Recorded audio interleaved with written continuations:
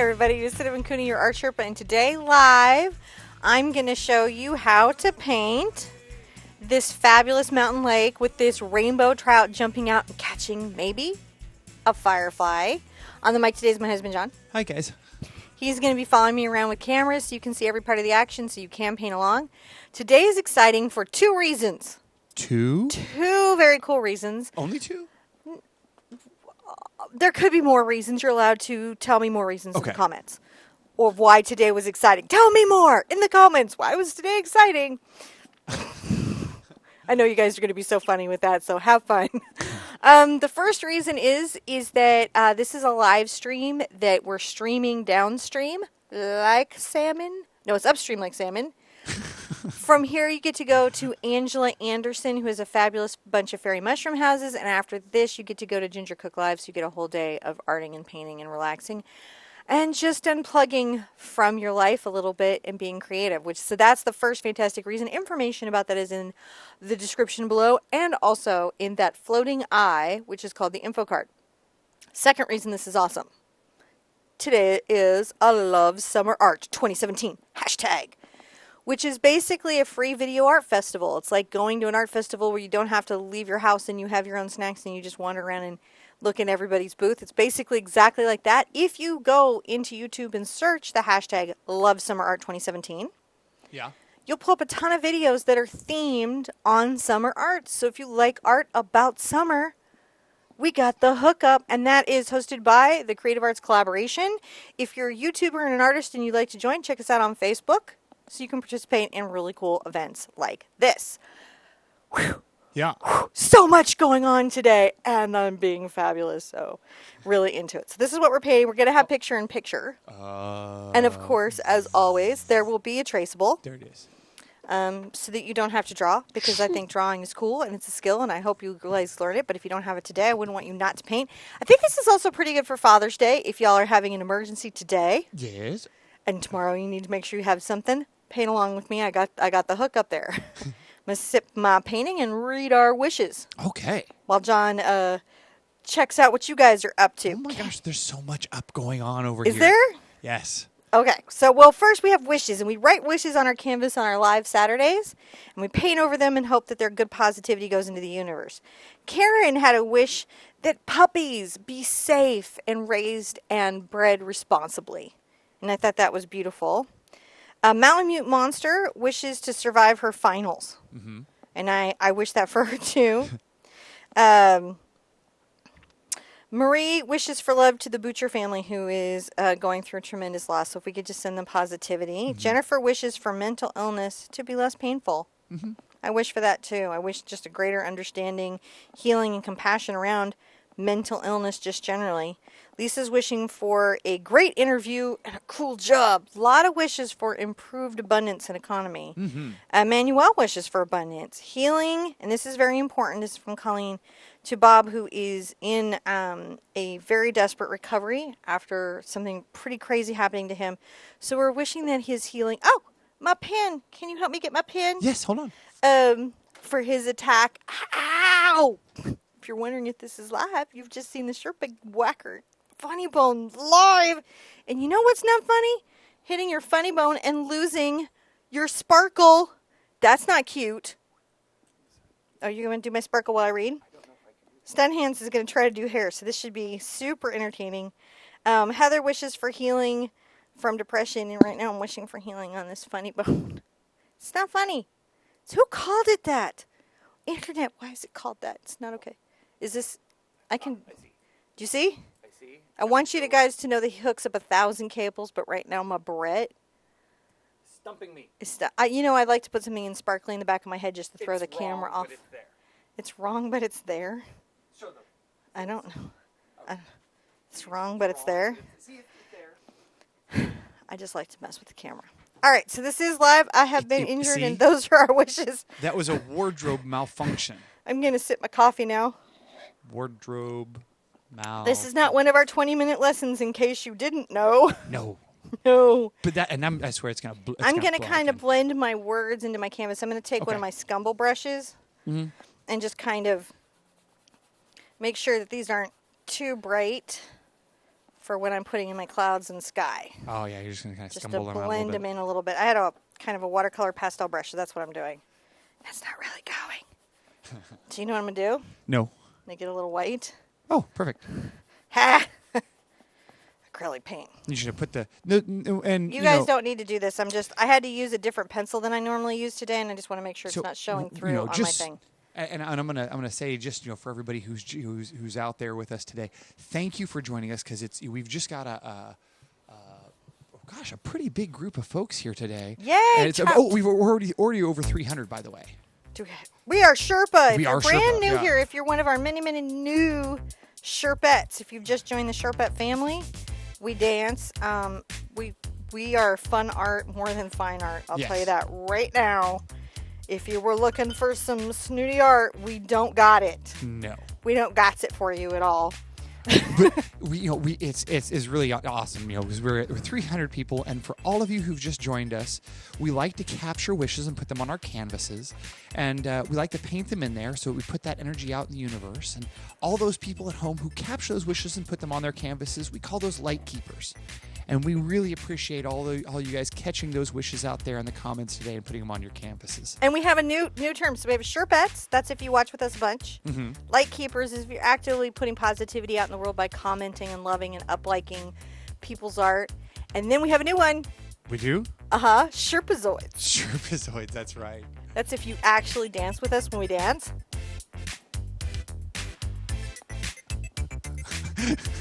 So that happened to you on your Saturday. All right. So I have here some 2-inch bulletin cutters. And I have some of the stiff white nylons. And the reason I have these is I'm going to do some Bob Rossery here. Oh, yeah? Yep. So I'm going to take this brush. I love this brush, even though it's bristles, and I don't normally recommend bristles because they can over soak. I'm going to get these just damp because you don't want a lot of water in your acrylic painting. And these can overlog. So you notice I just did the edge. I'm going to even take my towel and pull out the water. I'm going to go on the end of my quinacridone here, just dusting the tips of my bristles. See that? Yep. Come over to my white, loading that up. I may even pull out glaze, and I'm going to start here below the halfway point, just dusting back and forth. Oh, my happy, happy thick brush. And even where I have this bit of heavier paint, look how I can dust that out, and it just becomes sky. These things are like little magic things. If you didn't have this, a wide brush will do this effect, right? This is a really wonderful, fun tool to indulge in, and this is very economical. So both are a solution. So anybody can do it, guys. Don't worry. I've even pulled it off with a sponge before. I'm going to just dust in the water. No. The answer, my friend, is dusting in the water. Okay, that didn't happen. So, See, too wet.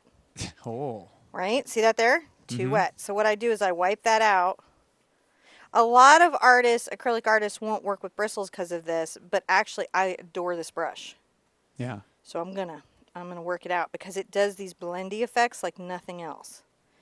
You just got to get your water balance right. Got to get my water balance right. And when I get my water balance right, I can do so much.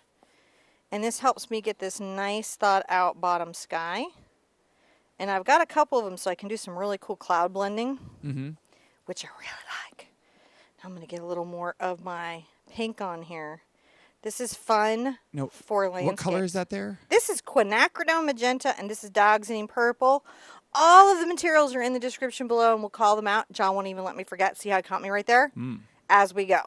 So you've got, and that's just titanium white there? Titanium white and quinacridone magenta. Thank you, Mr. Cooney. And this is how you make your purple mountains majesty? This is the secret of fluffy little chipper upbeat clouds and purple mountain majesty in acrylic paint. I guess you couldn't say quinacridone mountain And if you're majesty. feeling really nostalgic, you can whack this brush on your easel. If you'd like.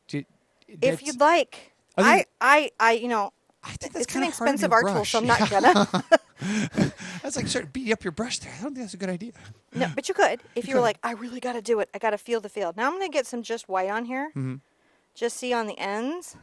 And watch this real fun. I'm going to go, oh, I'm so happy. Dabbing, dabbing, dabbing. I go up, up, up, up, up, up. And I come down, and then I can just go back and forth, back and forth, back and forth, back and forth. You didn't know acrylic did that, did you? Some of you are like, wait, what? Yep, that happened. That really just happened.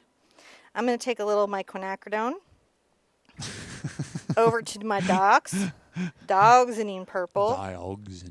Dioxazine purple. Because I want my sky to be darker up top. Now another thing I can add if I want to is this stuff. This is acrylic glazing liquid gloss.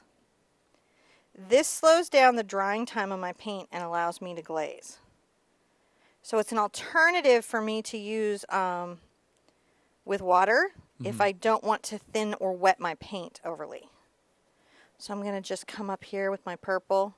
I love this blended sky. I've reserved us some extra time so we can just enjoy this space together. So you can just... So you'll notice I'm just brushing back and forth, and this is just pressing it right into the canvas board. This is an 11 by 14 canvas board.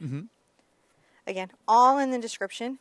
The other way you can get paint on here is you can scumble back and forth and then dust in. And it's really just about, you know, keeping this pleasant. I like to wipe off the extra pigment. I'm going to come here and get a little extra of my pink. And maybe come here and put that in and then softly blend it out. So you just, and this is about doing this stuff and softly blending it out. So this is a new thing we're getting to do.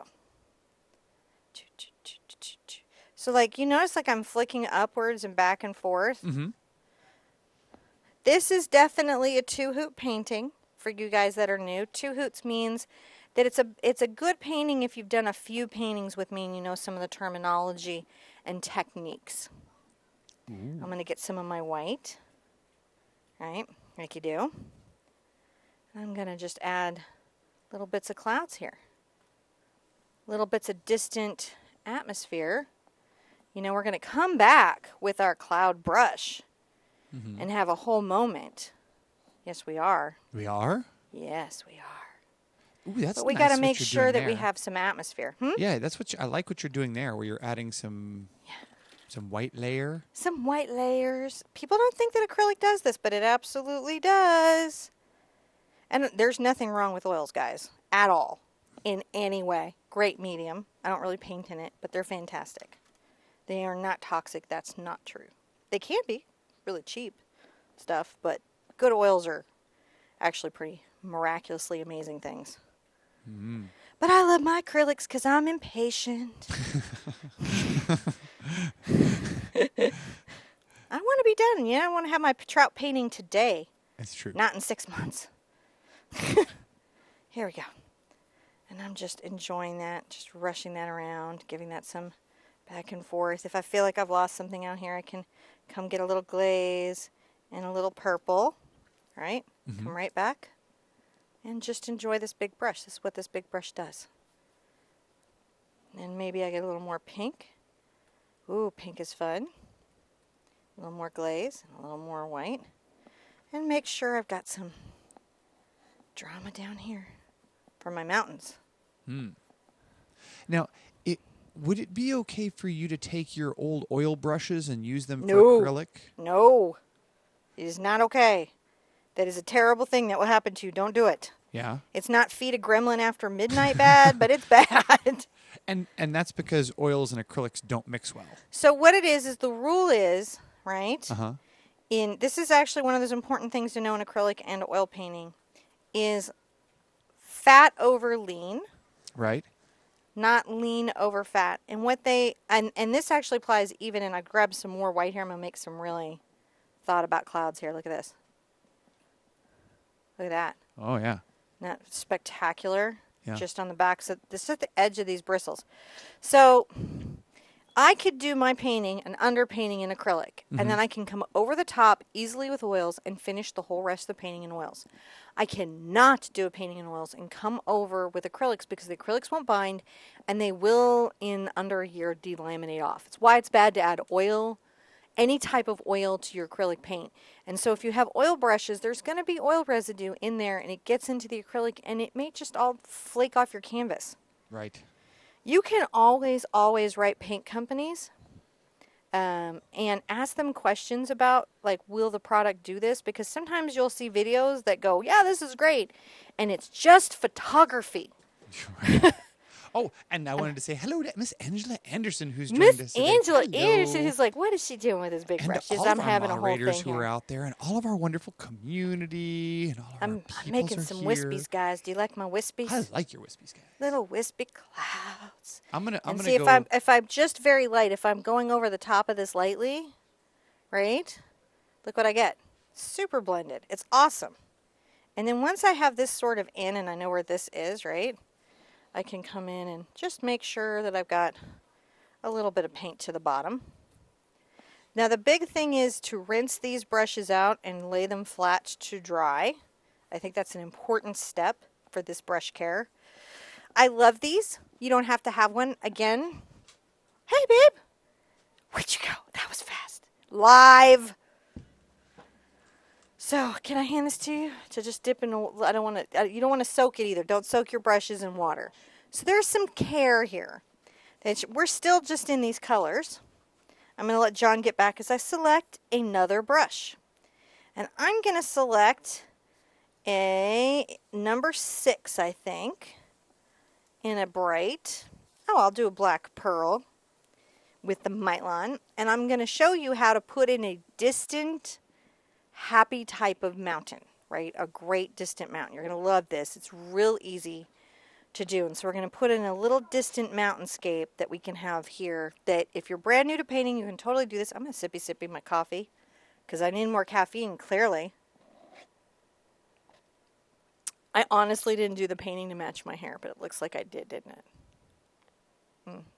John's like, you don't have to totally save the brush. He's back there. He's like conditioning it. He's doing the full brush spa. So we're having a minute. So on this, the trick is whatever brush that you're using, you can do this with a number 10 bright. You can do this with any big brush. You're going to want to do it dry. You're going to want to do it with a light pressure. You're not going to want to be bending those bristles hard into the canvas to get that effect. So those are things to think about when you're trying to learn how to do this. And don't expect it to be like brilliant the first time you ever try the little wispy thing. Eventually you'll be just sitting there like drinking coffee going wisp, wisp, wisp, wisp, and you'll be like you know who, and clouds will just magically appear on your canvas. But you got to give yourself a minute to get there. All right, I'm going to put out some more Acrylic Glazing Liquid Gloss by Golden. I point this out because there isn't really another product that is exactly like this, and this is one of my faves because it slows down the drying time on my paint and it lets me glaze. And usually you have to buy 2 different ones. So I'm taking a little of my dogs over to my quinacridone, and I'm going to add just a smidge of some white to this, right? Just a little bit. And a little bit of glaze, and I'm going to come along here and I'm going to make a mountain line. So if this is the halfway point of my canvas, I'm going to sit there and say, oh, the tectonic plates pushed some stuff up about a mazillion years ago, and I'm going to paint it. I often feel like the mice from Hitchhiker's Guide to the Galaxy when I make a mountain because it's my mountain, right? Angela thinks it's very cute that your hair matches your mountain. Well, I got to bring it because Miss Angela's nails match her painting. So, you know, this is you got to bring it on YouTube. Marilyn would like to say Happy Father's Day to all the dads out there. Thank you, Marilyn. So, yeah, thank you, Marilyn. So once I have my nice little line up here, I'm going to just very softly, and notice that I'm not pressing down hard on my mountain. Right? This is light brush pressure. I'm not bending these bristles into the canvas. The reason I paint with a stiff and authoritative brush is so that I can use a light hand when I need it. If I have too soft of a brush for my paint, because I'm painting heavy body, right, not soft body. And if I have too stiff of a brush for that paint, then I won't get the effect. And I need to be light and happy. See how it's like the mountain is just coming out of the blue? Isn't it crazy? It is. Crazy to me. And you can let it be a little bit of, have a little personality, can't you? Because every little shadow feels like a shadow on the mountain. Right. It could just be like, and your brain just and like when we're real close to it, it's real easy to obsess on the brush stroke, Yes. and be like, but it doesn't, but this brush stroke is all, it's all Imperfect. irregular, and it's not like the rest of them. It doesn't flow down naturally. And then when all of a sudden you zoom out a little bit, Yes, one of the best things that you can And do is you zoom out a little periodically bit, Matt? take a cell phone picture of your painting When and you get- zoom out. yep, when you get zoomed out there, all of a sudden Or- it's like, whoa, it's so much different. Old school wise, you could just Take a step back. take a step back. Right, I'm going to make sure that this is blended fairly light down here. Right, because the effect of this is that I need it to be fairly light if I'm going to want it to be, this. I'm going to get a little more purple, but not too much because I want my mountain to be far away. I got a little crazy the first time I painted it. It was a little bit much, John. Was it? Yes, it happens to me, even when I'm designing, right? I'm going to do some subtractive. I'm going to just lift a little paint up here because I want it to be just very... I got my scumble brush. Just want it to be light up here. And this is what I'm trying to do, is create this lightness. So I'm doing a little subtractive painting. So a lot of painting we do is additive. We're putting paint on the canvas, but if we scumble something out, then we're being subtractive. That gives us a And distant feeling, doesn't it? by subtractive, you mean removing of Removing a little paint, man. Take a little bit back. an additive being like we put paint on. Which the I canvas. can do with mine because I have the glaze on it, so it's still not dry. Well, I know we have some little brushes with us today, so I want to. I make like sure, it. that Yeah. that we understand that some. That we know we need to explain ourselves. Yeah, sometimes sometimes little brushes need some additional little help there. So for little brushes, if you're painting along with me or coloring along, Coloring, just yeah. remember your mountain needs to be a soft purple and it needs to be light. And make sure that it sort of blends into the sky color below it, and that's how you make it look far, far away. Yep. And that also is for your moms and dads that might be with you. And then we have the traceable out on TheArtSherpa.com. That's Awesome, right. traceable. And you can color on that traceable, and that's just as good a way if you're not Mm-hmm. up for painting. So Coloring counts. coloring counts. I have a number 8, yes, the TheArtSherpa cloud here. Yes. Plug.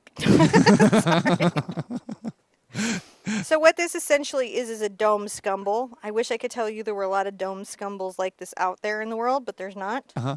Because mostly they want to do this with them. So this is a dome scumble, and I'm going to load this brush up. It's very stiff, so if you're painting at home, what you're going to want is a stiff brush that you can create a very light dry brush effect with. So you notice I didn't put this in water. Now your brushes are designed specifically for acrylic. My brushes are made for heavy-bodied acrylic. For heavy-bodied acrylic. Really specifically. I wouldn't want to use them on All right. soft-bodied. So what I'm doing is I'm taking my nice little scumble. I might even put some pink in it to be dramatic. And I'm going to come here and in an arc, I'm going to lightly dust up a cloud shape. It can be bright pink. It can be light. I think I'm going to do it dark first because I'm going to put I want my cloud to have some shadow. What I love about this is I can take this out to a very atmospheric wisp. And clouds, they're very atmospheric, aren't they?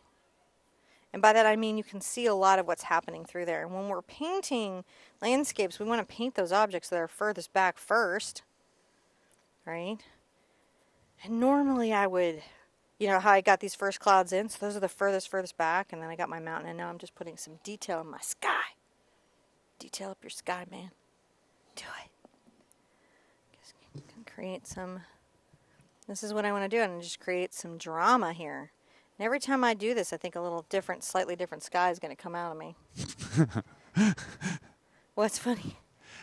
Well, you're right. Different sky comes out of you every time. It does. I know like it. I've been here. I've met me. So I'm just coming along here, and I'm letting a lot of the paint show through. Right? Mm-hmm. So one of the things I want you to think about if you're a new artist and you're looking at this wondering how this fits in with you is notice none of the motions or movements or shapes I'm making are particularly hard. Yeah. I'm going to get some purple and some quinacridone. More quinacridone than purple. And I'm going to come here and I'm going to just put it on another little sort of scumbled, soft, dry brushed space in here. And I'm sort of keeping a little bit of the light that I had in my soft sky, but just adding some thoughts of this darker element. See? It's fun stuff. I really like it. I'm going to just take a little of the shadow here because a lot of clouds are about shadows. Mm-hmm. And now I'm painting very, very colorful clouds. You are. I like the colorful clouds. Right. But in general, you'd probably actually use complements and do most of the clouds in gray and then have pops of color if you wanted them to look super realistic. Now, I have to say, we have a huge group of people with us from all over the world. It's really amazing. I've been watching the chat come up here, and we've got folks from Africa and Malaysia and India and America and Australia and Canada and Europe, and it's just wonderful seeing everybody out here hanging out, having a great time, and they're all interested in trout. I'm interested in trout. I want to show you guys something. So say where you're at, all you have is a bristle brush. A bristle brush. Like this is a traditional bristle brush. This is a number 6 Cambridge Bright, and I was Mm-hmm. trying to do something similar. Yeah. I could take my bristle, not getting it wet, because when you wet true bristle, now these have a synthetic blend, so you can use them with acrylics, but if I were to be using a true bristle, which people can get generally around the world, I don't get it wet, guess what I can do? You can scumble with it? I can still scumble with it. Please don't think, I definitely created tools to make my job easier, Mm-hmm. but I paint with Q-tips because you know what? The painting is in you. It's not in the tool. I love sharing the tool with you, but the painting is in you. Yeah. You know, not to get all Kung Fu Panda on you. Oh, I like my Wow Panda. You do. I do.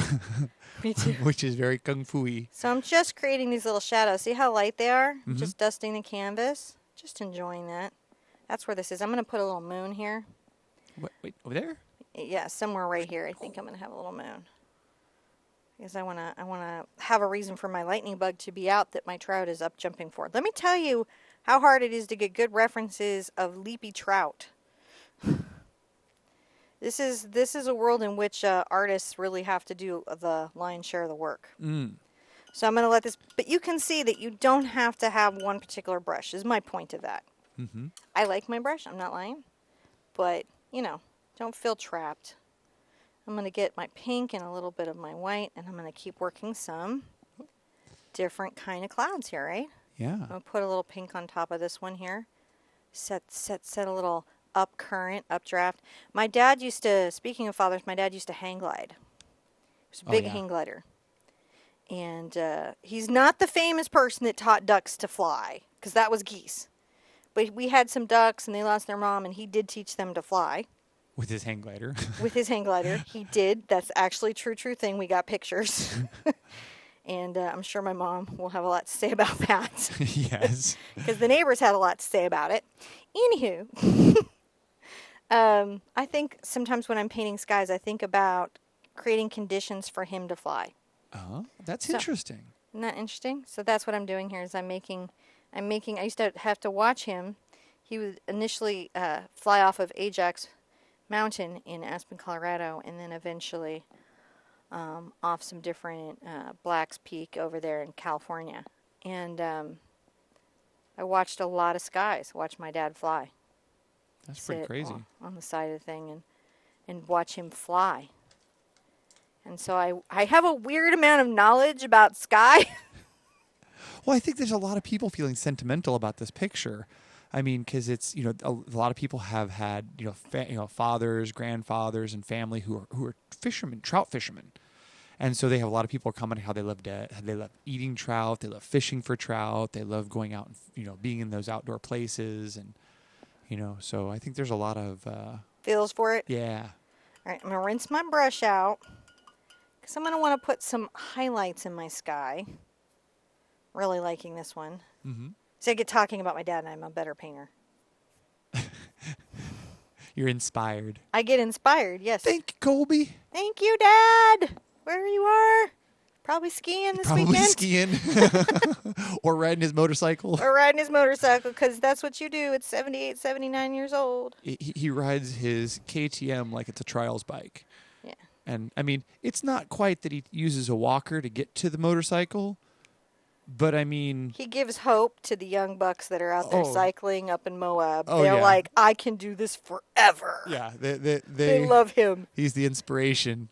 You can ski and ride motorcycles indefinitely. Forever. And he's like, I just wish they wouldn't help me when I drop my bike. I'm grown. Pick up my bike. And I'm like, they help you because they love you. I'm going to keep adding highlights to the tops of these clouds here. Oh, Kathy's from Aspen. She says hi. Hi, Kathy from Aspen. Mm. Oh my goodness. That is Oh. really cool. That is where I Skirker says that started the world. Skirker says her mom lived and breathed fishing and especially trout. And that's this reminds her of her mom. That's so cool. Yeah. All right. So can you see I'm just adding some of this bright highlight right here. Mm-hmm. Enjoy your skies. When you're painting a sky, this is an incredible time to relax and process your week. Yeah. Now, one of the things I'm going to want to do later is I'm going to want to put in my moon, but I can let everything dry for a second. I'm going to put a little moon in here. A little moon. A little moon. Let me put out some phthalo. Now, Phthaloethicane. I remember. Nope, that's cayenne. Now, I remember people. Wrong color. You talked the other day about drawing things or painting things in a little larger than they might be in reality. Yes. And is that something you see done with the moon a lot? Yes. Yeah. Yeah, I think as artists, we emotionally paint the moon, not as much factually paint the moon. Yeah. I'm going to get a little of my phthalo and my docs, and I'm going to mix them together. And again, this is a very dry brush, and I'm going to come here, and I'm going to just tuck a little spot for this moon to curve over this cloud bank. And that's my darkest color. I'm going to wipe off any extra pigment that I have, and I'm going to get white. Now, could you push your canvas up there just a touch for me? No, I'm sorry, the palette. Oh, palette. Do. Now, I'm going to ask you here. You're painting this dark blue in after the purple because it would be hard to paint over? No, because I didn't know where it would be. Oh, okay. I had to decide where to put it. Ah. This is a number for bright. Yeah, no, this isn't a function of the paint performance. I have to make a decision compositionally where I feel like I'll have it. Ah. And I wanted to be, if I put in a moon and my plan is to anchor it around clouds, then I'm anchored to that moon. I see. I didn't want to be anchored to that moon. See, it's just right there. Here I thought I knew something. And nope. It shows you I actually don't paint. I just watch you. Gonna put this in. I'm gonna get my little scumble brush out here just to blend and scumble this out. Soften this. See how that softens it? Just soften it. So Swiss Miss says she's super excited about this painting. She lives up in Alaska. Oh, that's so cool. And she really loves to learn wanted to learn painting themes like this. So this is an exciting one. I am making sure I don't have moisture on my brush. I'm going to get a little of my quinacridone and my docs because I want to make sure I have a little of this purple kind of in my moon. These are weird little touches, but they make a difference. And I'm taking the time to do them today. Yes? Yep, that's happening. All right, so I got a bunch of sharpened kids chalk. So I just take a sharpener. I don't know where it went. I sharpened a bunch before, and I just sharpen it in there. It's got the small hole and the big hole, and I just sharpen it. So you use an artist's pencil sharpener. Yes. That Not has even two a good holes. artist pencil sharpener. I think I grabbed my kid's pencil sharpener. Oh, okay. So I'm going to come just below the halfway mark. Not too far below. And I'm going to put in my water line. Right, and then that's going to help me set my mountain line, my distant mountain line. And I'm going to use a T-square. This is a T-square that I got from Michaels. These are really economical. But the reason is anytime I'm painting water, especially if I'm doing this particular type of effect where you see the water below and above. If you guys are interested in how we did this with the wave where you can see what's kind of below the fish and above the fish, this is two worlds. And this was created by two amazing artists, Lawson and Weiland. So we're walking in the footsteps of giants here. And one of the tricks you're going to do if you're going to get crazy and fantasy-like with the water is make sure that your horizon line of your water is going to be as level as it can be. I'm going to actually measure this out to make sure I've got it because I want to make sure I have the right amount of room. Dude, I was like a quarter of an inch up. Oh. So you have to adjust that. Yeah, but it's okay. It's all dark blue here. So I eyeballed that in pretty good. Yeah. Just feel like you can make changes in your life. Now I'm going to do kind of a cradle Yeah. on this hill here, and that is a visual effect. Obviously, I could not find this photo as a reference, so this is definitely an emotional painting. You know what I Going forgot to to ask bring people this to down. do? I forgot everyone to do all the social things. To be social. They have to do the social things. Push the likes, the comments, the subscribes, the shares. To watch Cinnamon drop the chalk. Oh, and it broke. Backup chalk. Because I've been live before. We have. But yeah, no, seriously, guys, thank you for coming today. We went, we always like to say, we've had way over Sherpa here. We've got over 360 people here right You now. guys are going to love it Thank today. you, guys. And lots of new people from all over the world. So, yeah, I always neglect to say those things. Well, I'm bringing this hill. I'm coming up. So if this is the halfway mark, I'm going to come above it. And I'm going to wander this little hill down. Right? And then I'm going to come over here and I'm going to make another little hill. Right? And I can maybe drop it down. Look at me. Just changing my mind. Change your mind. And I'm going to put in my trees, right? Mm-hmm. And my hill. Now, a couple things that you might do. Something that I like to do. Lots of ways of doing this. When I'm putting in my pines, I like to give myself some chalk lines for guidance before I put them in, because these are what create scale for the painting. The size of the trees and the fade of the mountain is sort of what's creating scale here. So I'm just going to want to make sure that I have some nice trees. And as I'm coming down here, these are going to come down into bushes. Mm-hmm. It's okay to paint a tree that kind of wanders out. It's a leany tree.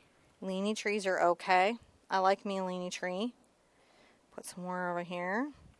I'm just giving myself some guides because I want some of these trees to be tall, right?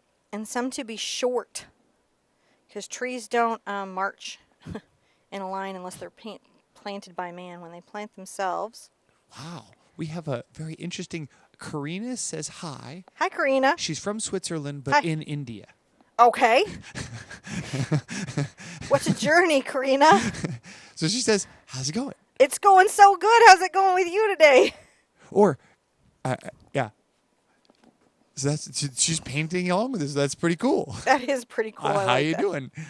How you We doing? have folks all over the place. Lots of. I saw little brush Raven was here today. Hi, Raven.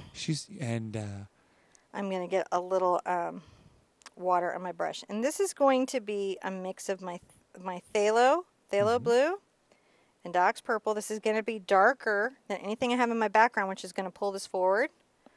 And it's okay to have a little. What is this? I got a gloppy bit there. Sometimes skins get in there and you're like, skins. And I'm going to come, this is the corner of my brush. And I'm going to just lightly dash this. Right? And I'm dashing and I'm thinking pine trees. Now pine trees, as they come down, they widen out. But also, and if you've done a few with me, you know that they have these little branches that are kind of weighty and come down. And so I try to think about those shapes as I'm going. I try to make sure I have some darks and lights. And a lot of this mixes on my canvas as I'm going to. Just putting in this tree, and I know I'm going to want to widen him out. And then as it gets near the bottom, right, it's going to fill up. What a lot of people like to do is do a line and a line and a line and a line and a line, and what they get is kind of arrows. So that's just something to avoid if you can. If you didn't, say it was a stylistic choice. So I'm just pushing this out right here. See, this guy's a little bit lower. Get a little more purple in the mix. I'm going to be coming back here with some very dark color because I'm going to want a shadow to be right here. But it's okay for these guys to have a little personality as you're coming down. This is just a number 4 bright. Like a little bit here. Whoa. I gotta figure out how to blend those little lines in. So this is how you'd fix that if you'd done one of those deals. And see, I'm just letting the sky shone through, and I'm letting the brush stroke tell the story of this wooded area. Get a little blue here, fill it in, make sure it's closer to the ground. It's going to be denser, just so you know. Just loading up, still on the edge of my brush here. I'm going to grab a little white just to make sure there's some interest. I've got a short one I've got to talk about right here. Maybe make this one even lighter. So I just grabbed a little more white. And you'll notice it's just working the corner of my brush. I can do these in Q-tips. Undo these with my finger. Paint these in coffee. Doesn't really matter. What matters is the vision I have in my head. Mm-hmm. That's the important part. This is secret sauce of everything. So just see how chalking it in helped me not make the same clone stamped tree again and again and again. Put a little light on this side, and maybe add just a couple little spots of light here. Look at that. Moonlight on your trees. Isn't that fun? Yeah. They're distant, but there's a little moonlight. That's fun. Little things you can do. Go crazy. Now I'm going to just come here. Now, I don't have to be too... There's a lot of trout here. So when I sketch him in, he's going to take out a lot of this work I'm about to do. So just feel like what you're doing is you're just scumbling in some bushes. So when he comes in, whatever's peeking out, right? Mm-hmm. Is looks like it's part of the landscape. That's why sometimes I'll paint stuff in I know I'm going to paint away. Because sometimes I just don't know. I might move his fin a little bit or something. And I want to have that forgiveness in my painting, especially painting live like this. If I was painting not live, I might be like, nah, I'm going to just sketch it all in. Yeah. But painting live, I'm definitely going to take that extra step of thinking about my bushes. I like the bristle brushes you can see here because they do this cool, very painterly effect. Mm-hmm. Super fun, super loose. There we go. All right. Trees on this side. Trees. Trees grow on both sides of this lake. They do. So I'm going to just, again, see, it's just a very crazy little random line. And I'm pulling these little brush strokes down. I want to pull some branches, right? Because the tree's got to drop pine cones. Squirrels need to live in it. Sometimes if you think about the world that exists inside the things you're painting, helps you paint them better. Now, I was just reading the comments here, so that's why I was kind of Oh, like, yeah, ooh, please tripping. do. I can take questions. I'm just painting trees. So, let's see here. Captain Turtle was... Captain Turtle! was saying that she can't get her paint dark, or he can't get their paint dark, the right color as yours. Can't get it as dark as yours. They can't get the dark purple color right. It's coming out way too light. Any suggestions? How much? Well, one, are you using Diox Purple and Phthalo Blue? That would be the first thing you should check. Because if I was using different colors, I'd get a different result. If you are using Diox Purple and Phthalo Blue, have you added a lot of white to the mix? Like if you'll notice, I'm mixing very titchy amounts as I go, right? Mm-hmm. And so it's really only going to make a dark color. But if I mix them both together, it could get away from me. And how much white are you putting in the mix? Right. Because if you put a lot of white in the mix, it's going to lighten it. If you find you're just really struggling with the color, back out of it, rinse off your brush, and then just get a little sheet of paper or something to the side and be like, nope, I'm getting a dark color. Mm-hmm. If that still is not your solution, I would look at the brand of paint because that can be a final thing that messes with you. Yeah. So I'm going to keep going. Hopefully, did that help? I think that did. So see, and look, when I'm getting the white, look how little I'm getting. Oh, yeah. I'm sneaking up on it. I'm treating it like cayenne pepper. Cayenne pepper. And I'm really just using it to give me some different values. So some of my trees will feel a little distant and some of them will feel up close. if I painted them all exactly the same purple, some of the atmospheric perspective that I'm getting would just vanish on me. Yeah. The uniformity can make your brain go, wait a minute. Yes.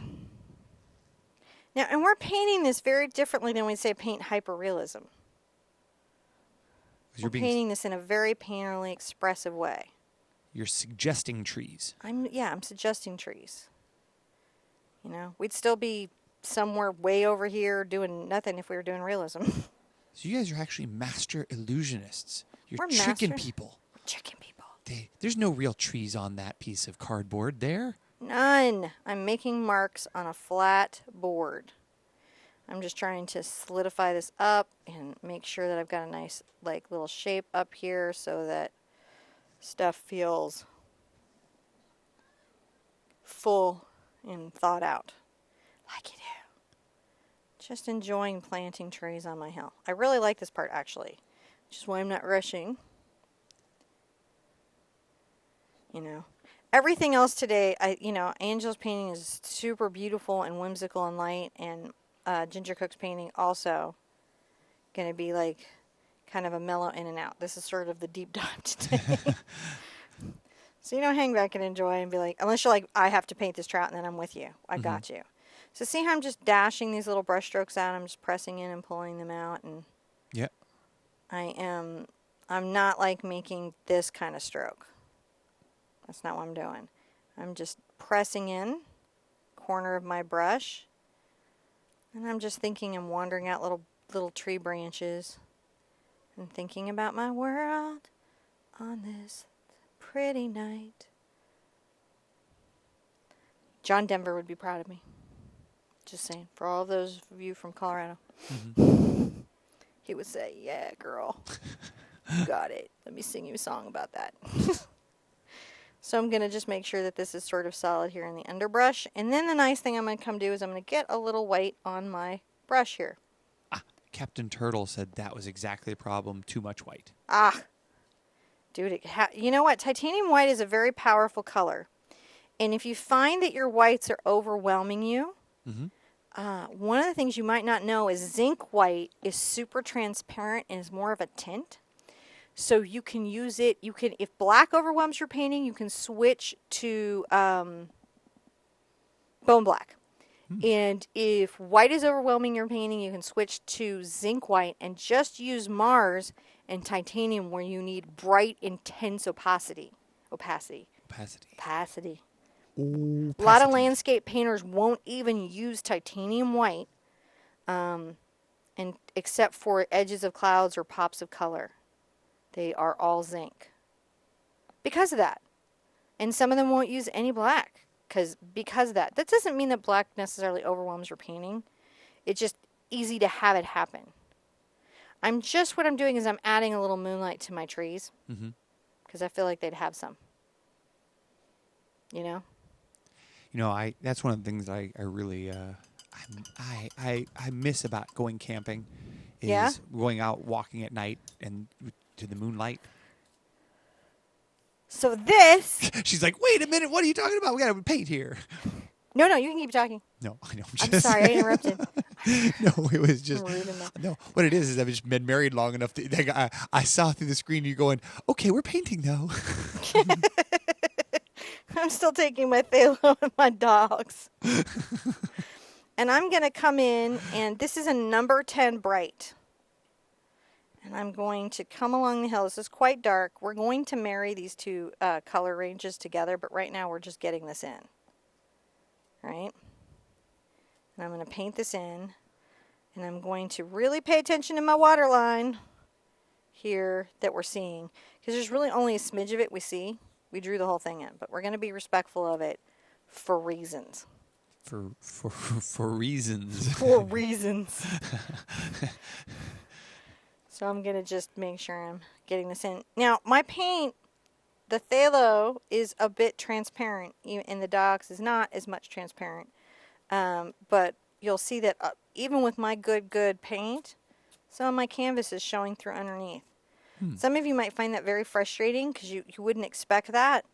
I'm kind of cool with it because it's actually helping me out here. So I lean into it. Yeah. I lean into that event. You know, got to put out some more phthalo. Where'd it go? Where'd it go? There it is.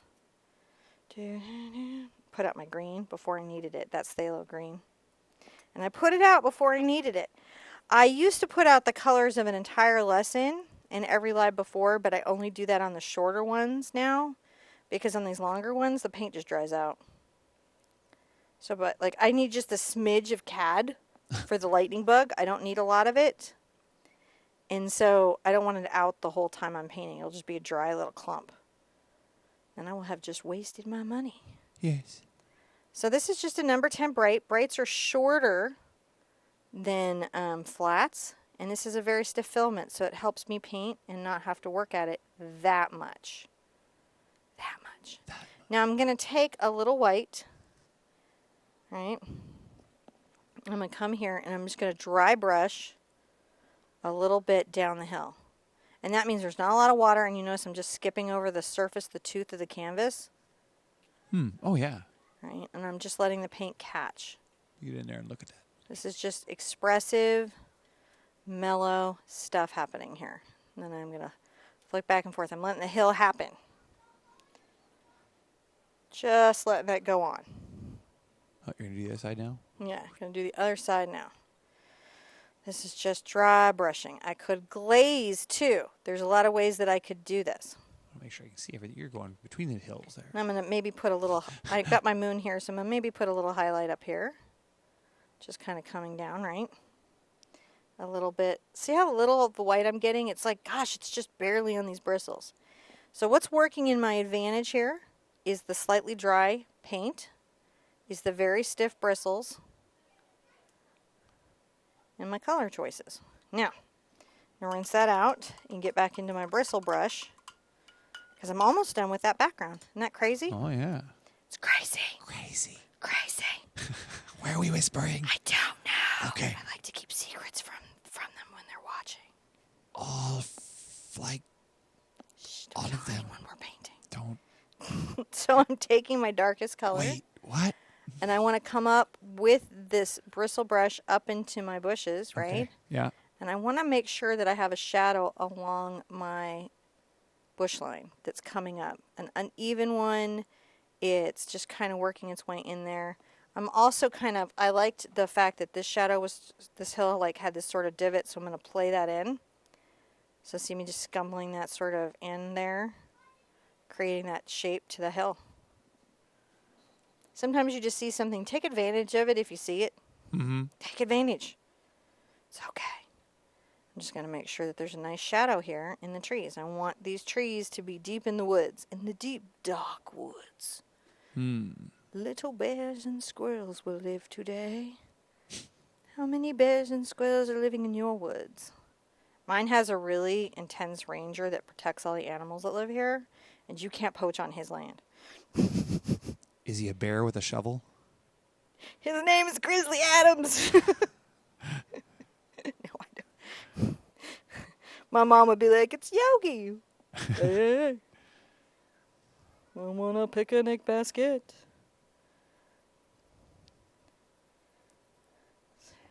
So you're just scumbling that in? Just scumbling it in. I'm just like letting there be Dry value brushing it back in. here, right? So now that I've got value, I have a vanish mountain. You can see how the mountain is very distant and vanished. Yes.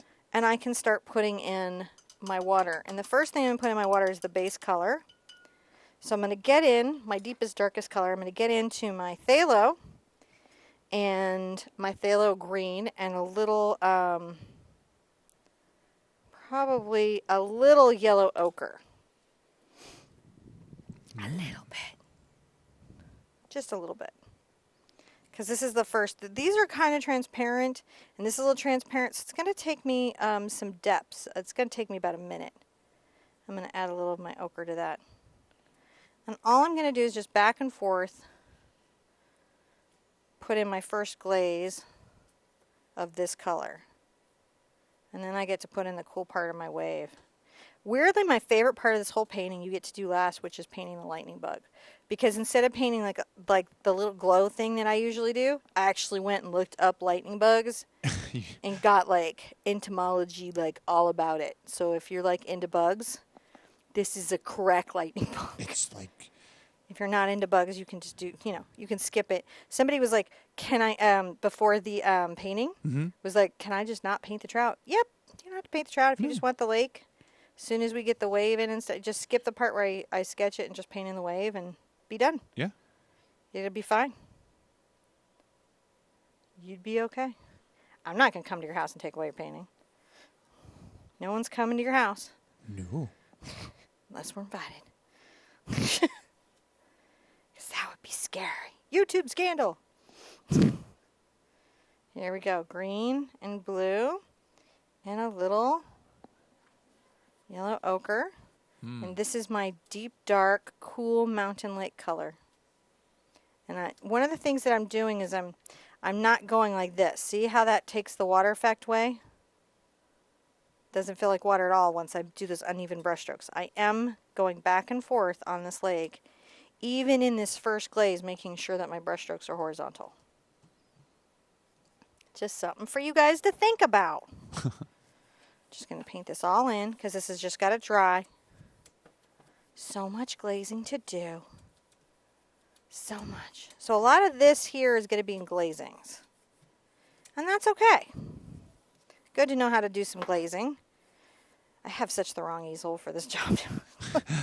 I need that thing that just clips them.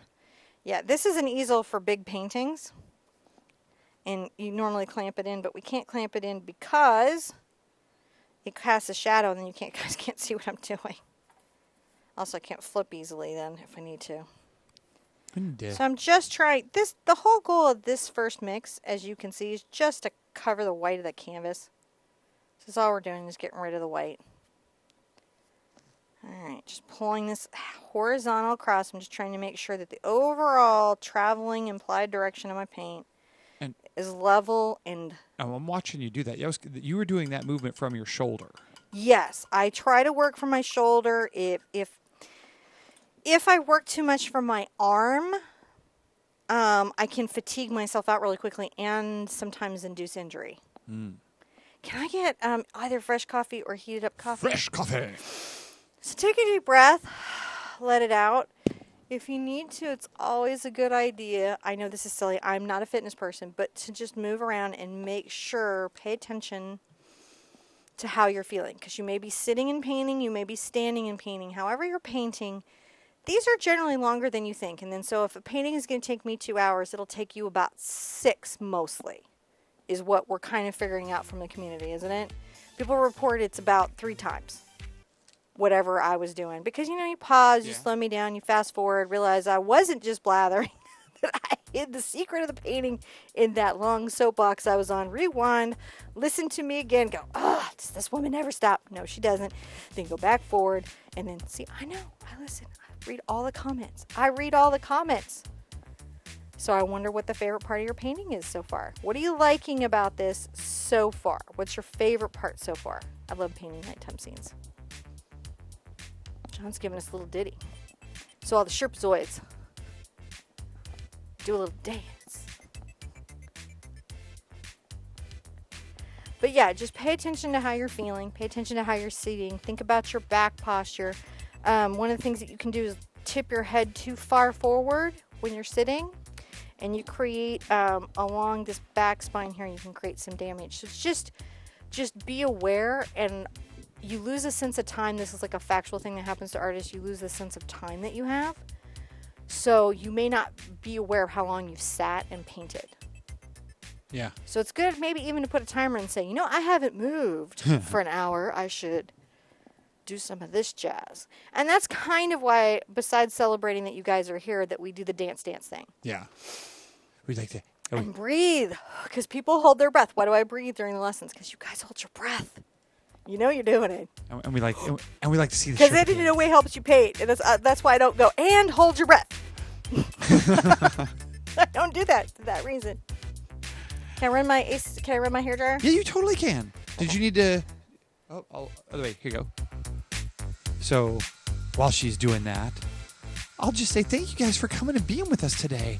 It's really nice to have all you guys out here on this Saturday afternoon, So, Thank you for coming and being with us. Don't forget to like, comment, subscribe, and share, and show us the paintings that you do. You know, one of the things that Cinnamon and I really, really love is seeing all the paintings that you guys put up. So, go out to TheArtSherpa.com, upload your painting there to your profile, go out to our Facebook page, upload them there, share where we're at. We just love seeing you guys stuff. So, and thank you for coming out and hanging out with us today. I always get stumbling on my words when she leaves me out here for too long, but that's probably not going to change anytime soon either. Oh, but look, she's come back to save me right as I start to freak out. I always start to wander off there at the end. It's like, wait a minute. There's all these people out there listening to me now.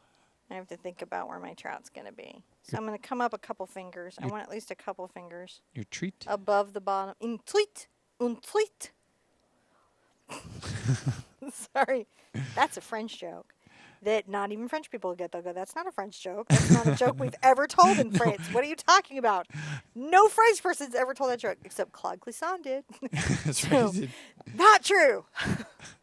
All right. I'm going to want to put my fish in. And the first thing I'm going to kind of do to get a sense of him is I'm going to give him a little bit of a gesture sketch, because it's very important that I get the gesture of his body in bend to pull this off. And so I'm just trying to say, hey man, I gotta have this great bend here. And I've got chalk, and the nice thing about the chalk is it lets me place and think about a thing. I'm sketching this in, so you're going to see how I actually draw this in, and then you guys that don't want to do that have a traceable. So once I have the gesture of the fish, which is this interesting sort of curve line, and if you think about it, he goes forward, comes back, and then, even if you add the end of his tail, so this is sort of the motion of him, right? And then what I have here, I'm going to definitely have some type of gill situation right here towards the front, but not that far towards the front. See, I'm just thinking. I like this part of the mouth, the curve of that part of the mouth that comes down to the hinge. So that's super important to me. And then coming out from this, we have this little U shape. And if I count that, then I can be like, oh, got a gill tail here. All right, got it. Head in. My gill is here. Now I know I want his little belly to be well fed because he's been eating fireflies, right? So I'm going to take this off of him, following my gesture, and I'm going to come curve this around. A very important thing, I'm going to erase my middle line here now, right, is that his tail is in a kind of foreshortened twist. So his tail is going to be out like this, but I can't see all of it, so I'm going to have to bend his body like that and have the tail sort of join into it. And I may have to move my line a bit. And that's something that you're going to be looking. There we go. There's the join. So I need a little join into his body. And I'll probably change it a little again on the painting.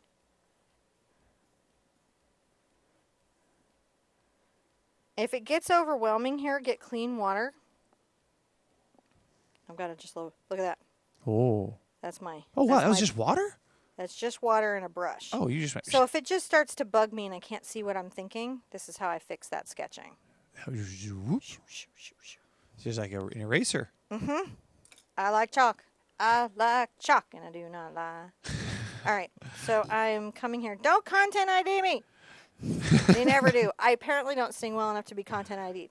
A friend of mine does spoken words so much like song that he gets content ID'd, but not me.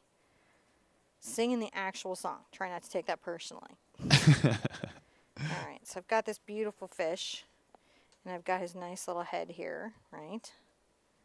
And I know I've got this tail that's going to be coming off here. And it's going to go, woo, I'm a trout. And he's, it was pointed out to me by Lisa that his tail is about to slap the water, which is true.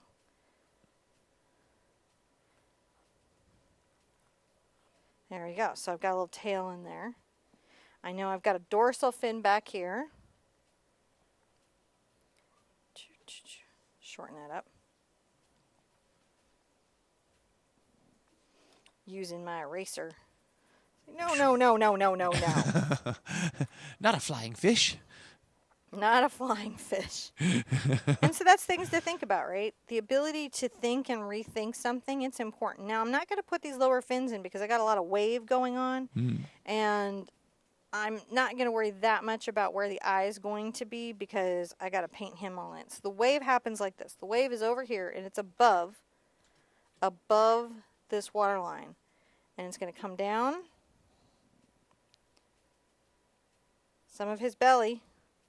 I'm going to be changing that. Some of his belly. Well, yeah, I am changing it. Look at me. Got to change it. Want some wave? You changed it. I do. I change it. This is me sketching it in. When You have to- I'm sketching it in, things change. You have to wonder if Kevin may be lurking around here. No, Kevin. So they were asking in the comments. You guys may add Kevin as you see fit. We got to let Angela and Mom go on live, so I got to make sure that this one is coming down enough to show my horizon line. So this one's going to be up here too. And so that's what it takes me a minute to catch the curl of this in. Get the feel of the wave. Yeah, where is this going to curve to? What's showing, what's not showing, how much of him is under the wave and how much is above. Because we're trying to show the scene above the water and the scene below the water. There we go. Now once I have that, I'm going to come with a counter. It blends into here. And then we're going to just... Now what's really interesting is how I got the reference for this is I went on, I have a couple sites that I have memberships to, and I went and looked at the above below photography that's available out there, and I looked at what happens to the camera lens when it sees a wave like this. And then I also looked at the photography at like the polar bear exhibit because they have the glass and you can see what water does, how it does it. Where is it dark? Where is it light? So you can paint these kinds of things even if there isn't a photo reference fairly well. All right, look, I got it sketched in. What do you think of that, Mr. Cooney? I need like my it. coffee now. Now for your the second coffee's half of just this. finishing up right now. Awesome. I'm so excited about it. Are you guys excited? That was a bit sketching him in, but it's good to talk about that. It's good for you to see me do that so you understand what that's like for me. So you realize that I change my mind a lot too, which is why I work in kids' chalk and slightly damp. And I'm going to just say Brushes. thank you to everybody because we've been double Sherpa for a long time. We're way over 350 people and we've got over 300 likes. So thank you guys. I'm going to go get your coffee. I was like, I don't know if anybody wants to paint a trout. And also, trout takes a minute because we got all the water effect and the wave and all of that. And so it's not like a fast painting. So I'm like, huh. But it's Love Summer Art. So honestly, I may have also erred on the fact that you don't trout fish in summer. That may be a thing. But I felt like you could trout fish maybe in summer. So yeah, I think that's about the amount of tail I want there. Just checking out my sketch like you do. You check out your sketch and be like, I'm going to erase this bit from the dorsal fin because I'm going to just want to paint that dry back. Thank you. Oh, that looks so good. Thank you guys for letting me have coffee during these longer live lessons. It really helps me get through. Yay, coffee. Yay, the Java bean. All right, so to paint the trout in Untitled. I'm just going to grab a brush. This is a number 6 Bright by Cambridge. I'm going to switch out to my cleaner water. And I'm going to just, do I have any white left? I have a little white, and I've got a little yellow ochre. I'm going to take this color and just paint him in with this color. Now, if you need to keep track of where something is, you can just grab some more ochre, right? And have that paint be darker. And that's how I sort of keep my sketch, even as I'm painting it out and changing it up. See how that lets me do that? Yes. And any of my chalk that's peeking out where I don't want it, I can always go back and do that wet brush thing once the paint is dry. Alright, so I'm going to just very lightly do a little bit of dry brushing here, even though I'm going to be coming back with, see how I'm using the ends of the bristles to finish the fin? Yes. Alright, just going to finish the fin like this. It's a gesture. I'm going to put out some more white paint too. We'll be putting more paint out left and right Yes. throughout this painting. Lots of paint. So much paint. Paint will happen. So what I'm doing here is a lot of him is in very transparent colors. And by painting him back, it's going to allow me to make sure he's the bright, glazy fish he's meant to be. Because he's beautiful. Why am I assuming this is a boy fish? Because it's colorful. That's all that's happening. It's a colorful fish. So this is going to be my darker yellow coming up here, right? Now I can keep adjusting some of this even in the paint as I'm going. So a lot of this is like, and I'm just suggesting. That's all I'm doing is I'm just suggesting that these things be where I'm talking about. Now I get a lot more white for right here. So I can tell that these are two values. Just dry brush that in. And then I'm going to dry brush in the tail. And what I mean by that is I'm going to come around the outside on the edge of my bristles here where it curves up. And so I lighten my brush stroke to get that nice finished edge is how I do that. And then I'm going to just brush out. And this is going to be the shortest and this is going to be the longest. So I'm brushing, brushing, brushing. But it's shorter here. See how the tail already is in? Mm-hmm. I haven't even put the tail and tails in. That's how I get that kind of laid in. There's another little bit here. Then I'm going to bring off the front. Just soft, soft, soft, soft. And there's a couple little bits down here. Then I'm going to bring off real light. Real light. Soft, soft, soft, soft, soft, soft, soft. I want a lot of the blue to show through underneath here. I just want to know where these are. See those two fins? Down there. Isn't he awesome now? Yeah. He's so cool. I love him so Now, much. why would you add glazing medium instead of just using just the straight pigment? The straight pigment. Well, I'm just using the straight paint. Because acrylic paint, its greatest feature is that it dries really quickly, but sometimes as artists, that isn't helpful to us, and we need it to not dry so quickly. And so the glazing medium that I'm doing slows down the drying time and allows me to do transparent glazes. So there's three ways you can blend acrylic paint. Wet into wet. Right. Pretty awesome. But stuff dries on you really fast. Like I'm in a really hot studio. It's drying on me really fast. 2, dry brushing. And 3, glazing. And yes, there are other ways, but those are the 3 that you're going to be using the most. Those are your big workhorses in your acrylic painting. Right.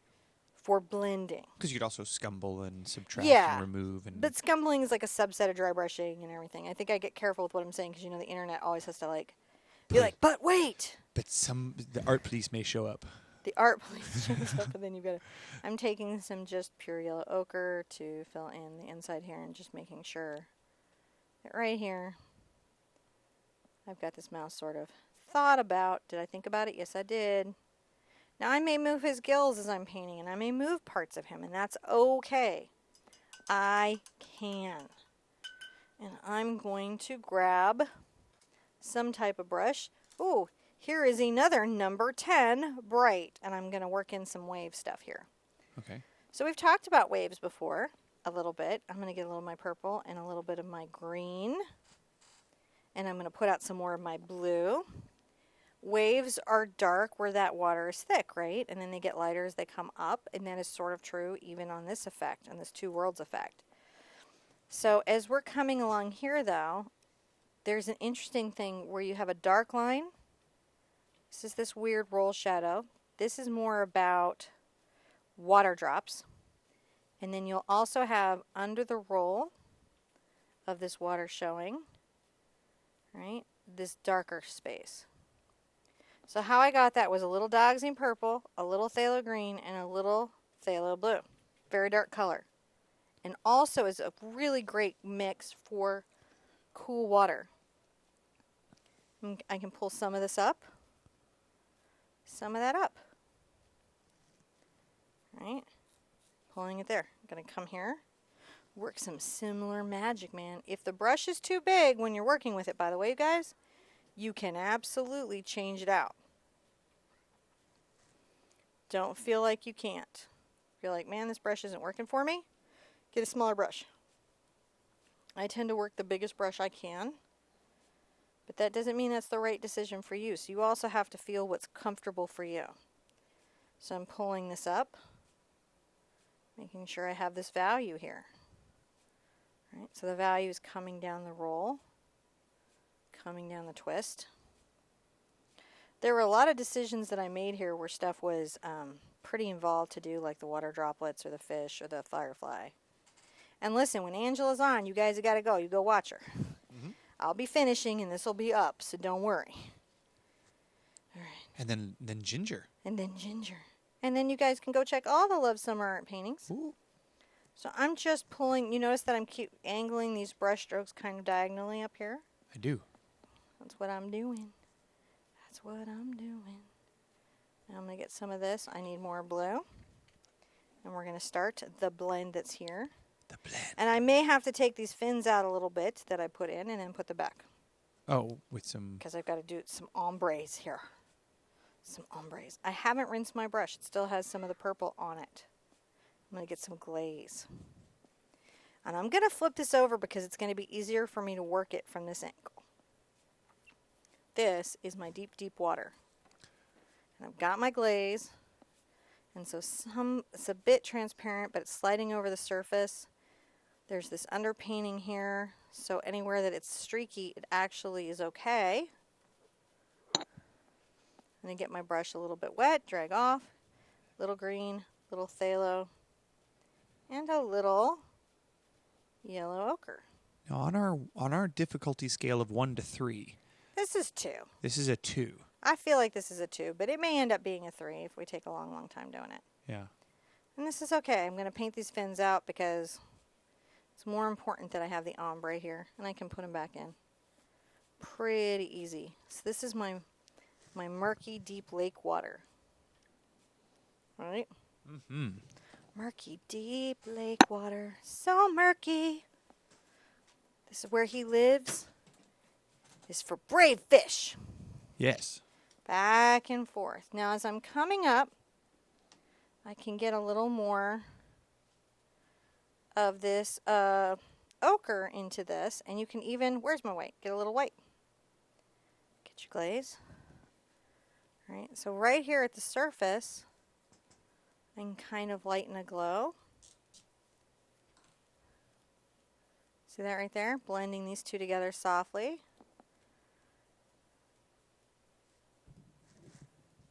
Come under him a bit. Blending down. And you can see we're having preferable positioning against the canvas is helping me here. If I was trying to work it to the bottom of the canvas, it'd be quite struggling.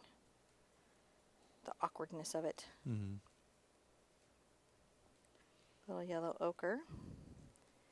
I'm going to come along here under my dark value. And you can see a lot of my chalk is just vanishing. Following along this.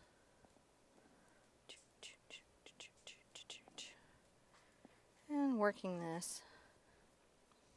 Now this has started to dry, which would be really frustrating for me normally, but look what I can do. I can grab some glaze. Nope, it's not frustrating. Now it's blended. Didn't mean to whack the mic, babe. You guys okay at home? Everybody okay? Mike got whacked. Now I'm going to put this back over to see how I feel about this water. How do you Make feel sure about the it's water? horizontal and blended.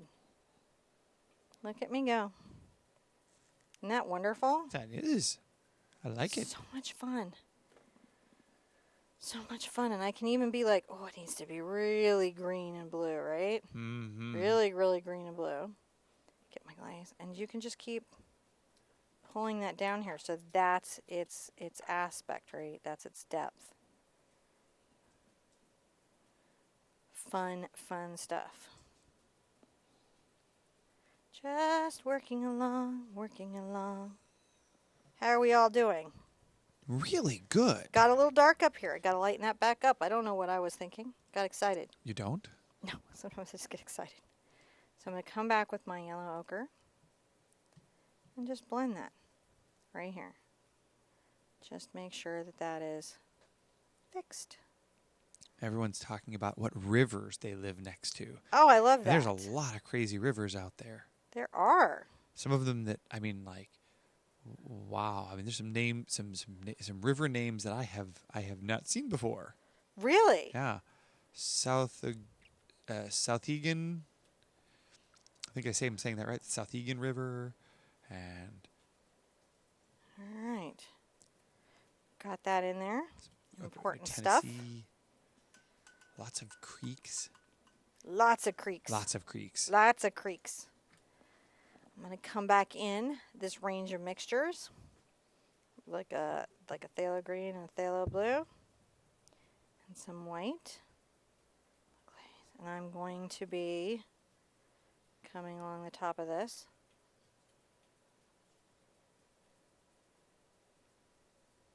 Pulling this in.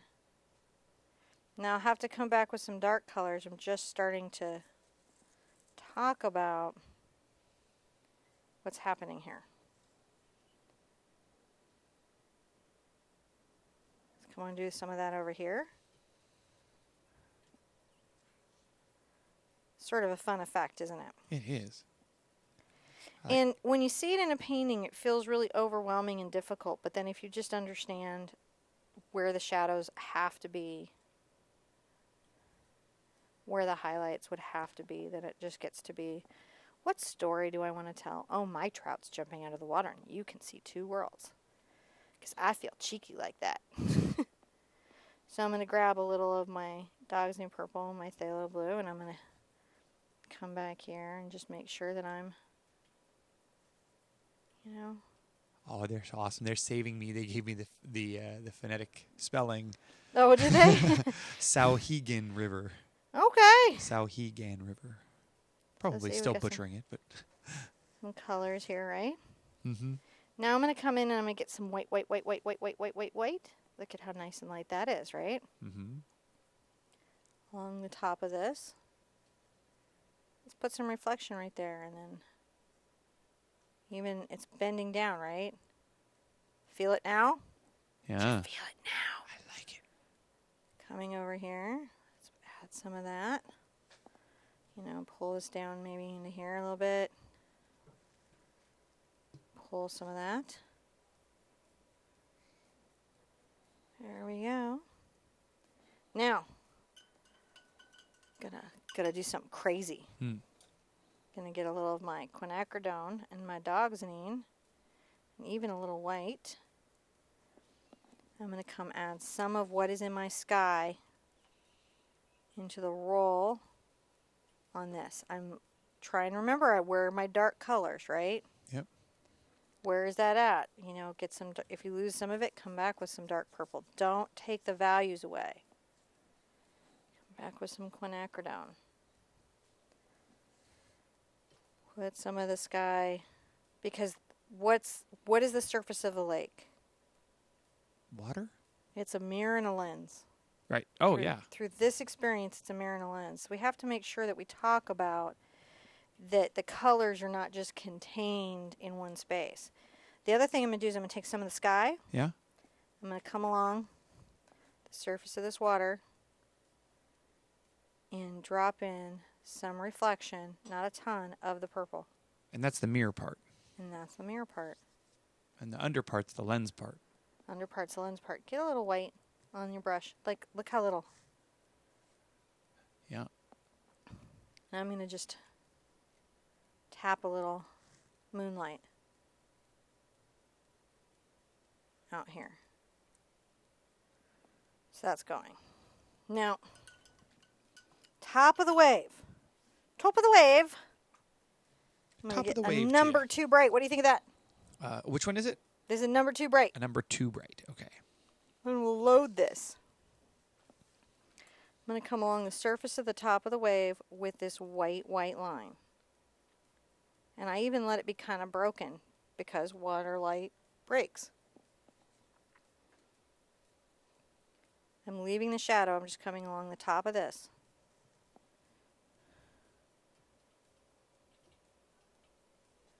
See how we're letting it be broken?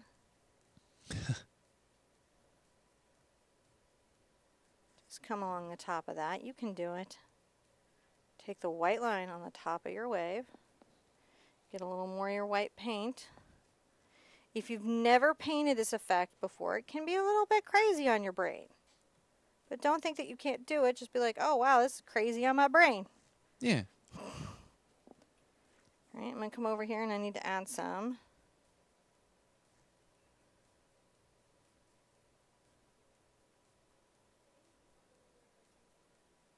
Love it, love it, love it. Love it, love it, love it.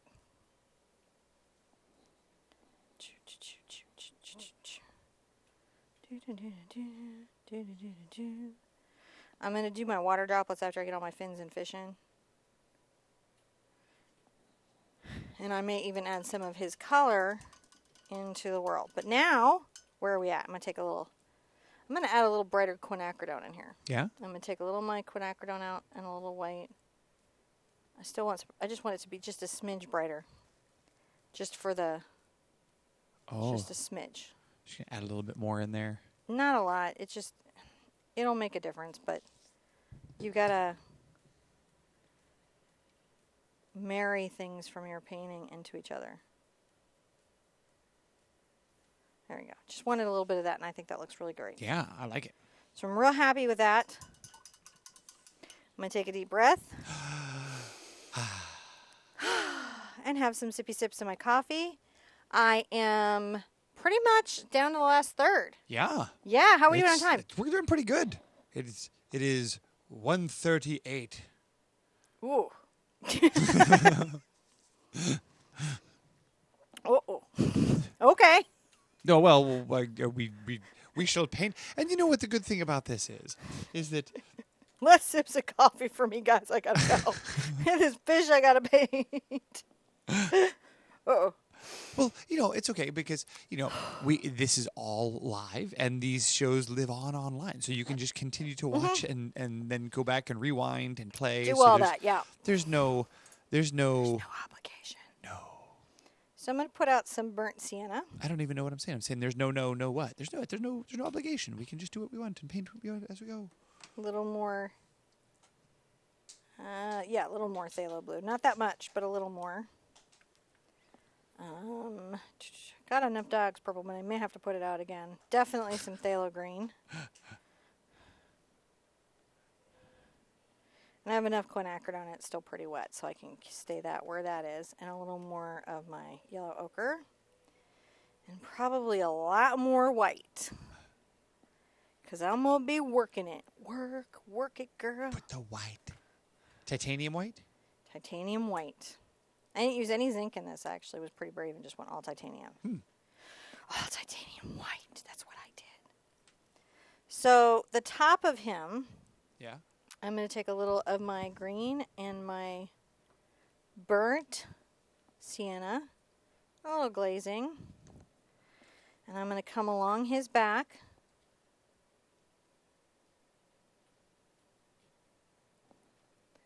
And from the nose, and start to mix the brown green that is the top of my trout complete. Ah. I'm just blending that and working that. You can see where having an underpainting really is helpful. Oh, yeah. I'm going to get a little more brown in that. And this is going to be about, this sort of 1-inch thing. I'm going to move my gill forward a titch.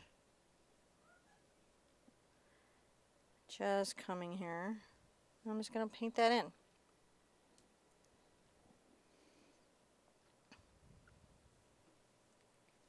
All right.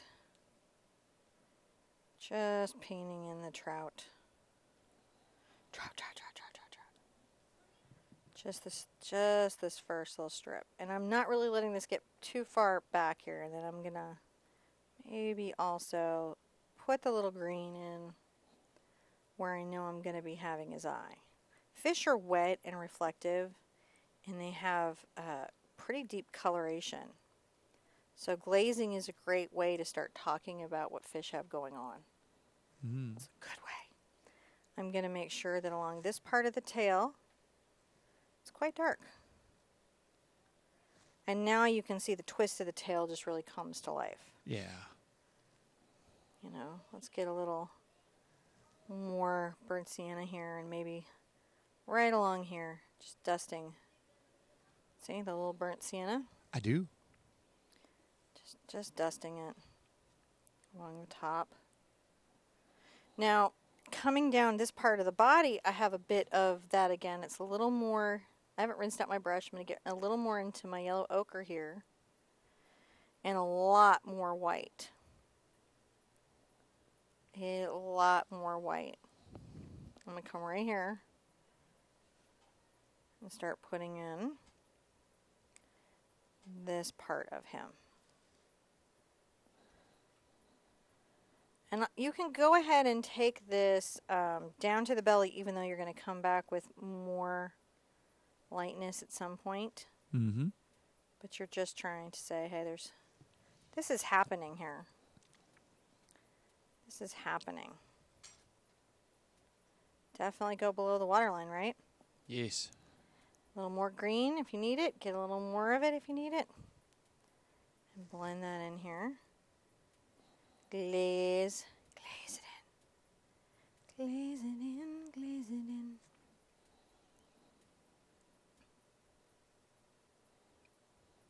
Just keep working this here. A little more yellow ochre up at the nose. It can help, you know, like I looked at a lot of trout. So Yeah. it can help to look at reference photos. Those aren't bad things to look at. And I'm just bringing this around, even though I'm going to come up with the pink. Let's take this light brown green color with the ochre that we have. Mm-hmm. We have everywhere. And let's make sure that we've got it on this part of the tail.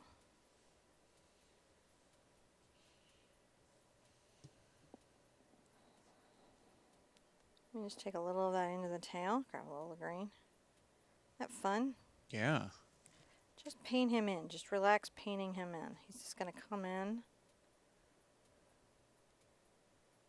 You know? Just paint him in. Now I'm going to get just a little of the green and the yellow. And the white.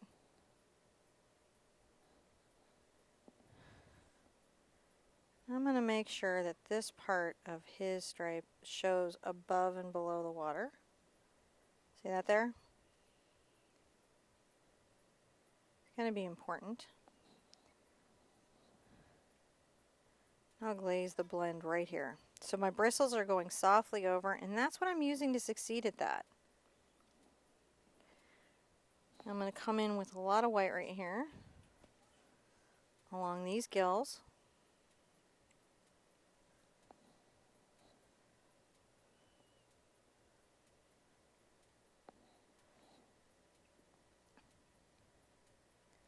Pull this together. Or start to. Rinse that out. I'm going to get, this is a number 4 bright. I'm going to take a little of my quinacridone and mix it into my yellow oxide. And a lot of white. And this is how I got to the pink of the trout that I have. And you can see that that pink definitely works in this space really well.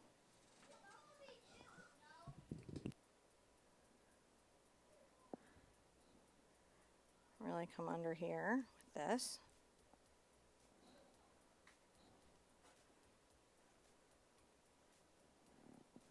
All right, here we go. We're still going. I think we may have to escalate this bad boy to a 3-hoot.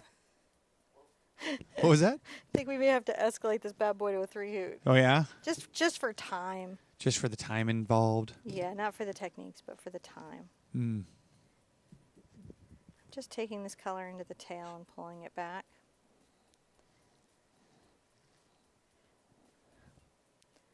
Taking this color into the tail and pulling it back.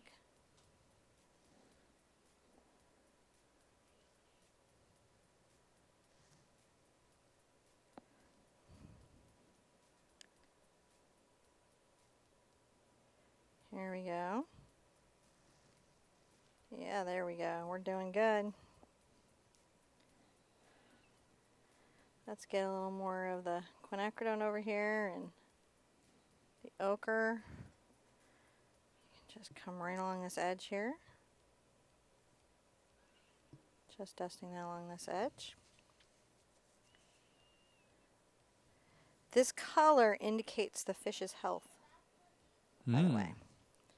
So by giving him these bright colors, you're really saying that he's got a nice varied diet.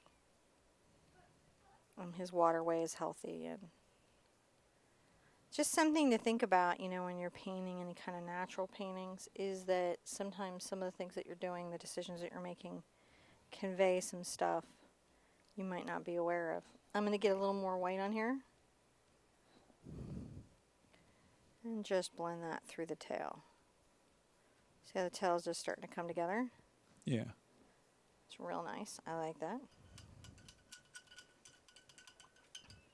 Now I'm going to get a little of my burnt sienna and my phthalo blue. And this makes kind of this interesting gray for me. And I'm going to come here.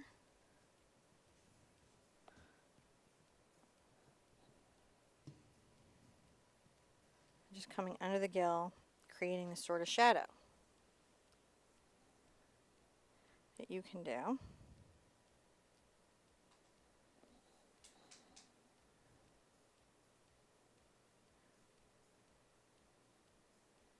I'm also going to, there on his mouth is a little shadow here. And then this line intersects into the nose. Little one inside his mouth. And then you can start getting a little bit of the white and just start pulling the gills.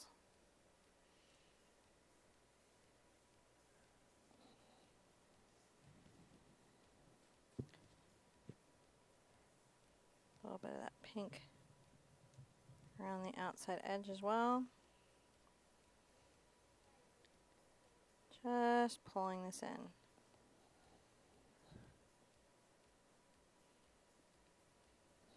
Wiping off my brush. I get a little of this. A little ochre. And this is just really about like all of the stuff that he has going on. You can add this right here. This part of the mouth is usually lighter. You know, and I might come in and do a little of my brown, green, and gold, and I might define some of this a little bit more here.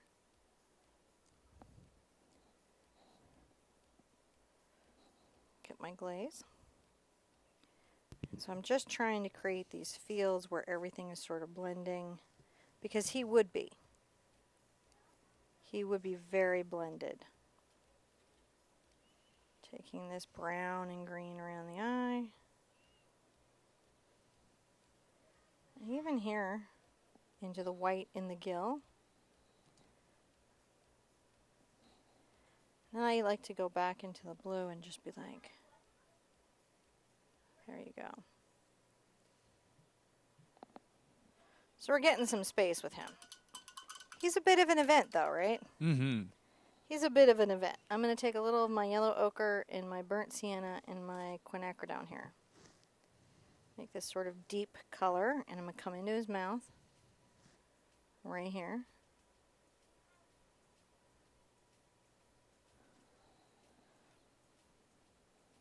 I'm going to get a little of my blue into that.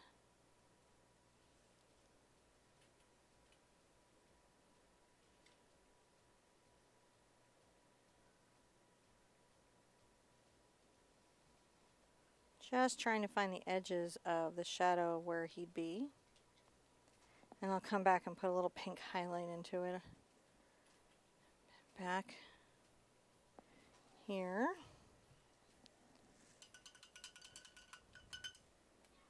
Now let's get some of that pink stripe.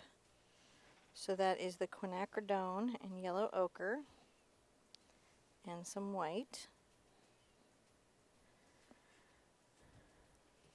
And we're going to give our salmon some color.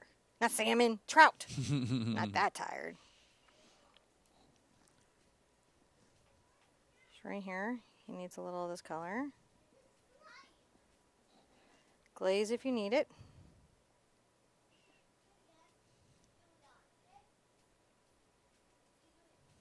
Just keep that going. And then I might get a little of my darker pink that I have here. And make sure that there's some real coloration there. So this is the thing with him. It's about blending and glazing. Layer, layer, layer, layer, layer, layer.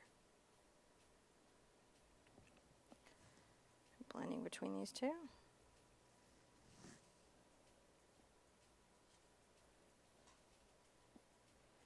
And this belly, I really, really want to be a little bit yellow and quite light. So I'm going to come back.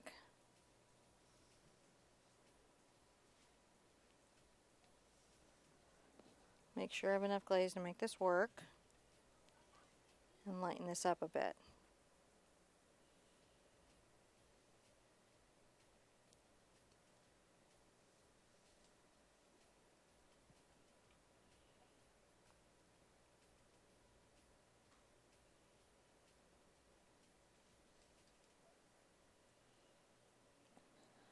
Maybe a little bit of the yellow here. Right here. Just rounding out the nose. And we know we're going to have the fireflies, so that's going to work really well for us right there. And let's kind of come up here to the top of this and just make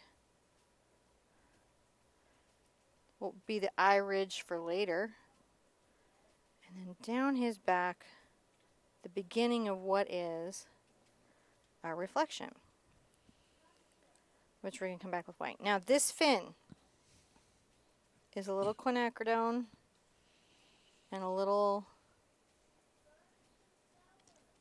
burnt sienna. So I'm going to come back here.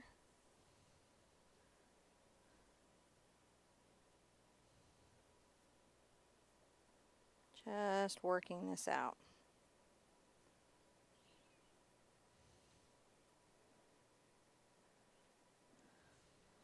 A little more, maybe a little blue and burnt sienna, and come in and shade this part here close to his body.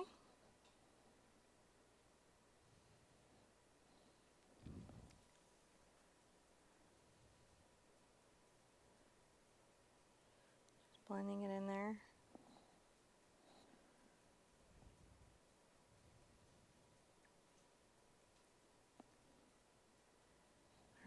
I have that dark color. I took it and did a little glaze with it right along here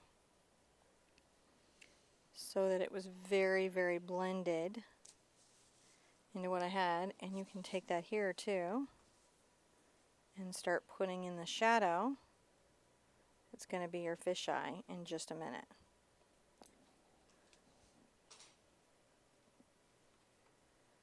All right.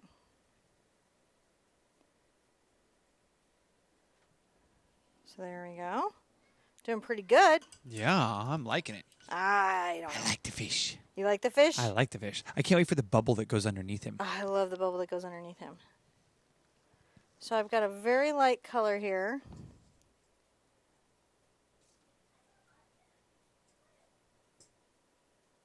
And I'm going to just tip the fin with this very, very light color.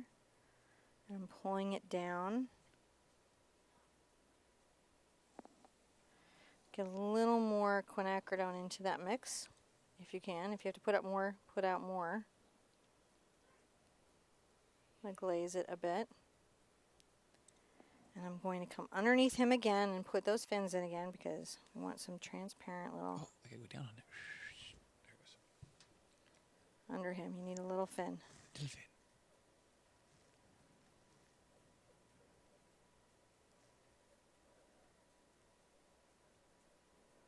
And then another little fin. And definitely one coming off here.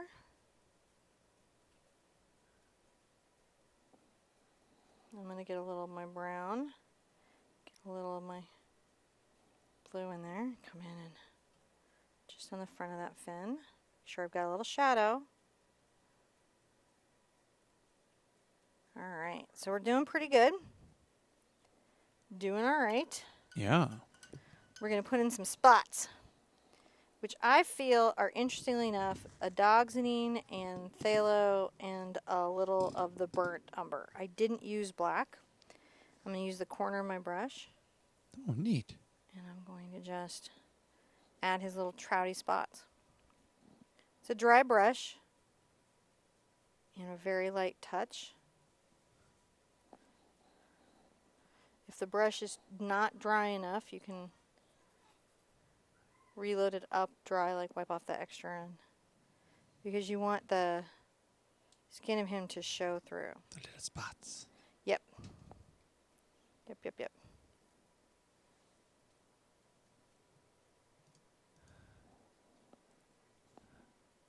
Bigger spots on the back a little bit. Mm-hmm.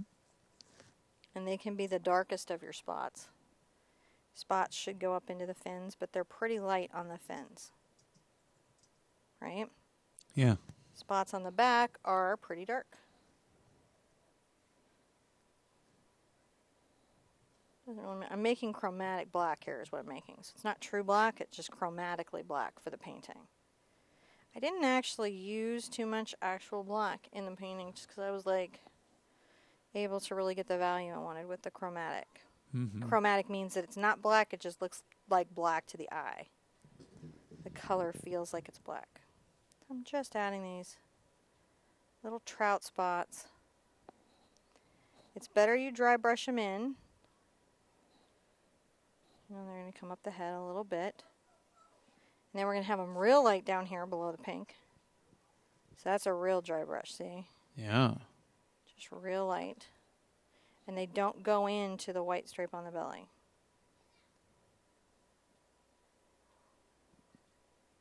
So where it's green, that light soft green, you want those to be the lightest that they're going to be. Now I'm going to take a little dry brushed white and I'm going to tone it with a little yellow ochre. And there's too much wetness on that, so I'm going to wipe that off. And I'm going to come along the back and I'm going to put a high reflection. Oh, yeah. I like that reflection. That does a lot. And it's necessary because he's wet, so he'd have one. This is definitely dry brushed on. And you just have to have it. And I may come back with, just see how this is like tipped on the edge of my brush here? And I dab it in, so I go dab, dab, dab, tip, tip, tip, tip. And make sure that there's some really bright white over this. See, I'm just skipping along the canvas. that even adds layers to your reflectiveness. Yeah, I'm a problem that way. I'm going to put a little bit at the nose here. Then I'm going to glaze back with the yellow. I'm going to get a little of my pink on the brush. I got left of it. I'm going to come into the mouth with a bit of that. While the pink is still on my brush, I'm going to... You know where I forgot to put spots? What's that? Around his his little face. Yeah. So I'm going to glaze in with this pink and I'm going to come back with some spots. Give him some face dots. Yeah, he needs some face dots. They don't all have them. But you want this one to. Yeah, I want him to. So I'm going to take that and a little that and a little brown. And then when I have a nice chromatic black, I'm going to make sure that I've added some face dots around here. Just using the corner of my brush.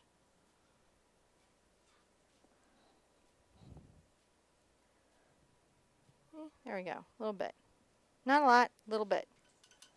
Smidge, small amount. Totally works. Oh, I just didn't know it was going to be this long today. I'm going to Well, get that's okay. one of my very small brights. This is a 00 bright. You just want a detail brush that you have control over.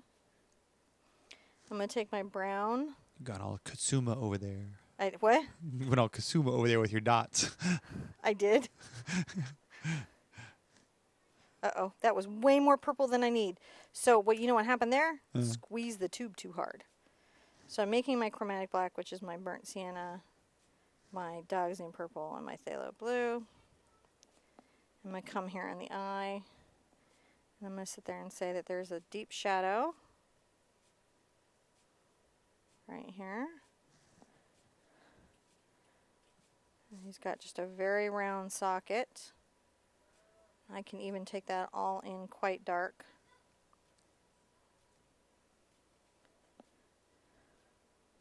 It's okay to have that all in quite dark. And then there's just a little bit of a line here.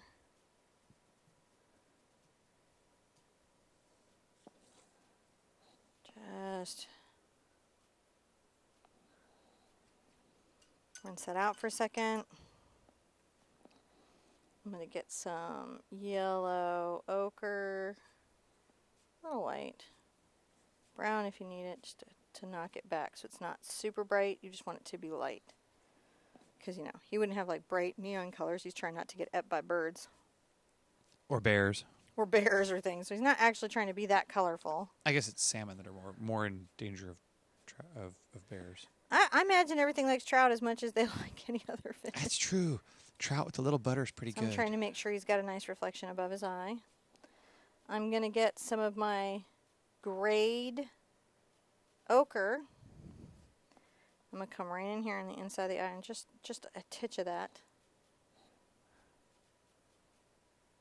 And I'm going to come around his eye with just a little of this.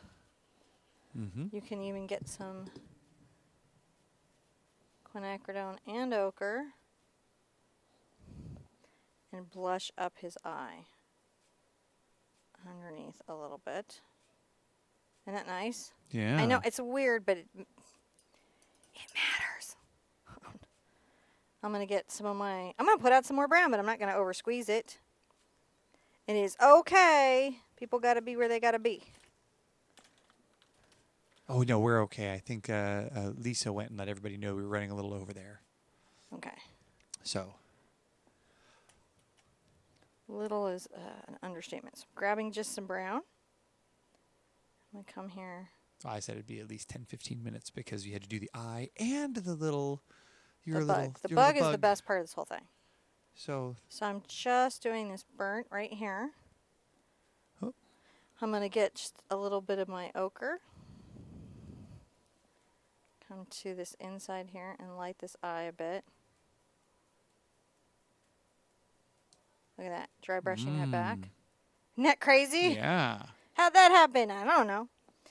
Get some of my grayed ochre that I have back here and get some white on it because it's going to make a really cool reflection. We'll come under here, just dashing a little reflection from the night sky. Oh, that's pretty clever. I think Lisa named him the determined. Determined trout. We had Judgment Rooster, and now we've got Determined Trout. I'm going to just make sure he's got that nice lip right there, because they do. He has a little lip. All right, we're getting there. We still have to do bug and reflection and water drops. Ah! That's okay. They know. They're at the start of the starting time. Oh, no. All right. That's pretty cool. So to do my dark part of my water, I'm going to do my Dog's Neen. I'm going to use some glaze and my phthalo green. So this is like my dark watercolor, isn't it? Yeah. And what I'm going to do is I'm going to draw the shape of my first water splash. Oh.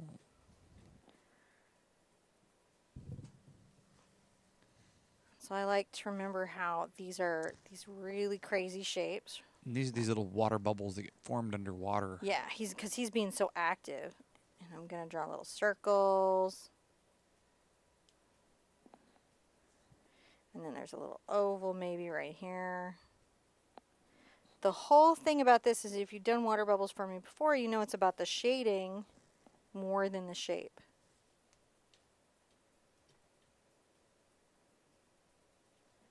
There you go. There's another little weird bit because we're into it.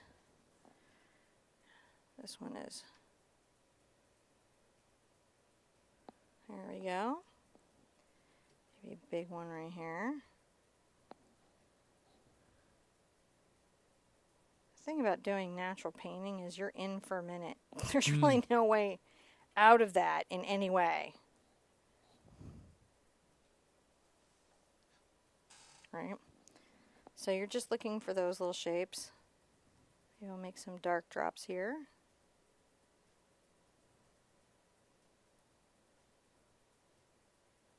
Okay, so once I have a little group of shapes that I quite like, that I quite enjoy, Quite nice take bubbles. my water over to my green, my watercolor over to my green,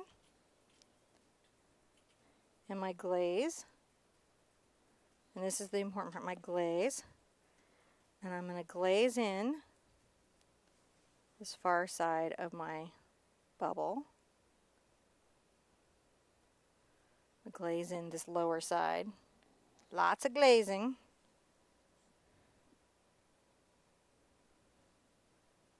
Glaze it in. And if you want to study on bubbles, we did that whole gill thing. So you guys that did gill, you're like, wait, I know how to do this. Totally. By gill, you mean the Goldfish gill. goldfish painting that you named Gill. That we named gill. Gill the This is so goldfish. gillrific. So I'm adding a little blue and a little white. Right? And it's still going to have a little glaze, but this is going to give me a lighter color, right? So look what happens when I come here.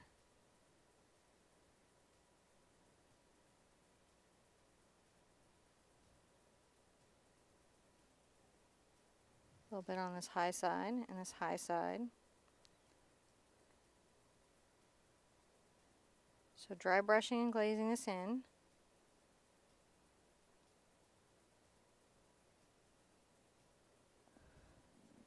And then coming back with just a little bit of my white right there.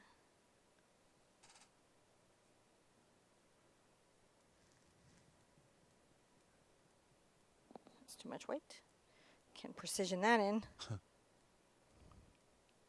These are my reflections. Oh.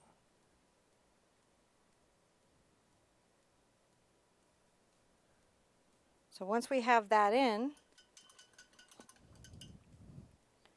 right, I might even come back. You can always come back if your shadow's not deep enough with a little purple glaze and make sure that you have enough of a shadow. See, so wherever you need it. I'm going to take my toothy brush. My toothy, it's not. It's a splatter brush. This is not forever, Mouse. Ever. This is the TheArtSherpa Star Splattering Brush. Also does waves, water, sand, spittle. Pretty much any of your dispersant methods. I'm going to load, this is a soft-bodied white paint. I'm going to load it on just the edge here, and I'm going to take my finger to make sure there's no glumps. Mm. And the first place I'm going to add a little of it is below the water.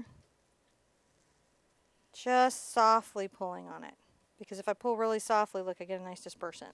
Ah. But I want to show that there's some stuff splattering up here, so I'm going to get on the upper tip. Yeah. And I'm just going to pull back slowly. And release one little thing at a time, and I'm going to get this perfect little wave splash. And I'm going to add some more of that right here, where he's coming out. Ah. I'm going to rinse this out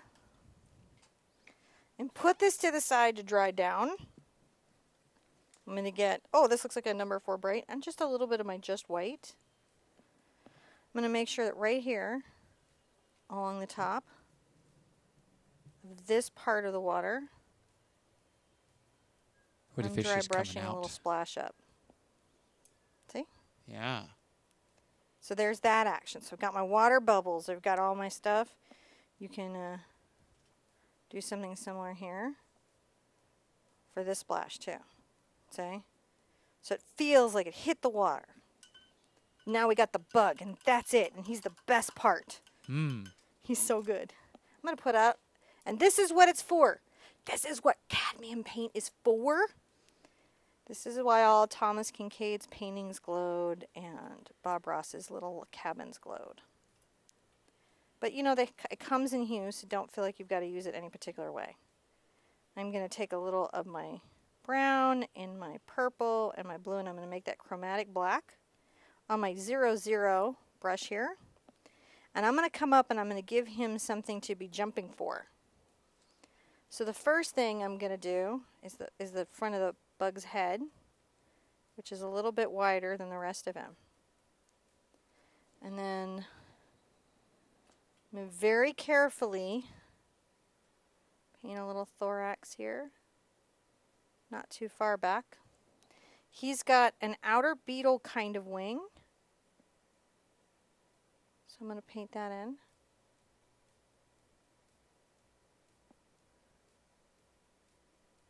And these are like, they come out and they protect him. And then he has, I'm going to get a little more brown into this part of it. He has this very delicate little flying wing. So I'm going to just let this be sort of see-through. See, here we go. Tucked out here. Very light lines, very dry brush. I'm letting a lot of the painting show through. I'm going to get my chromatic black and make sure that I'm putting a little shadow there, like you would have. Give him a little antenna. And then I'm going to do a little dab of black. A little bit coming back. Not a lot. Not a lot. Rinse this out. Get a smidge of your yellow and your quinacridone. Your first color is going to be kind of like an embery orange. I'm going to come here to where the bug would have his glow effect, and I'm just going to dab a little paint. See that? And I'm going to just softly, softly radiate around a little bit of the deep part of the light we would see on the inside of his wing here and the inside of the beetle wing. Now I wipe that off and I'm going to get some just cad yellow. I'm going to come here and add that couple dabs of that to him. Offload to make sure I'm not overloaded on my brush. The strongest part of my yellow is going to be here on the left side, and I'm going to very carefully dry brush and radiating out this yellow. Very carefully dry brush and radiating out. And you can see how the orange helps the yellow pop. Mm-hmm. Little bit of the yellow on the back of his head, a little bit on the shiny part of his wing. Let's take a little of this yellow and say that some of it hit the front of Untitled, right? It's kind of glowing him right there. And a little bit in his mouth, because that's where he's headed, right? Get a little of the white on just the tip of your brush. Add some of that coming around here. If you have too much, reload as light as you can. Then come along the back edge of the beetle wing and some of his flight wing. And a little bit on his head. And oh my gosh, we did it! Wow. Well, there it is. I would like to say nobody said it couldn't be done. Nobody said that, but I didn't know if it could be. But this is for all the dads out there and all the people who love nature and wildlife and trout and all those things around our planet. Man, go check out Angela Anderson and Ginger Cook Live and all the paintings on Love Summer Art 2017 for this. If you hung in with me for this whole thing and you're painting it, please share it on the Facebook page, our website, Instagram, Twitter, everywhere we are, even Pinterest. Let people know they can paint stuff like this for free anytime they want. 24 hours a day, 7 days a week, wherever they live. Mm-hmm. Be good to yourselves. Be good to each other. And I want to see you at the easel really soon.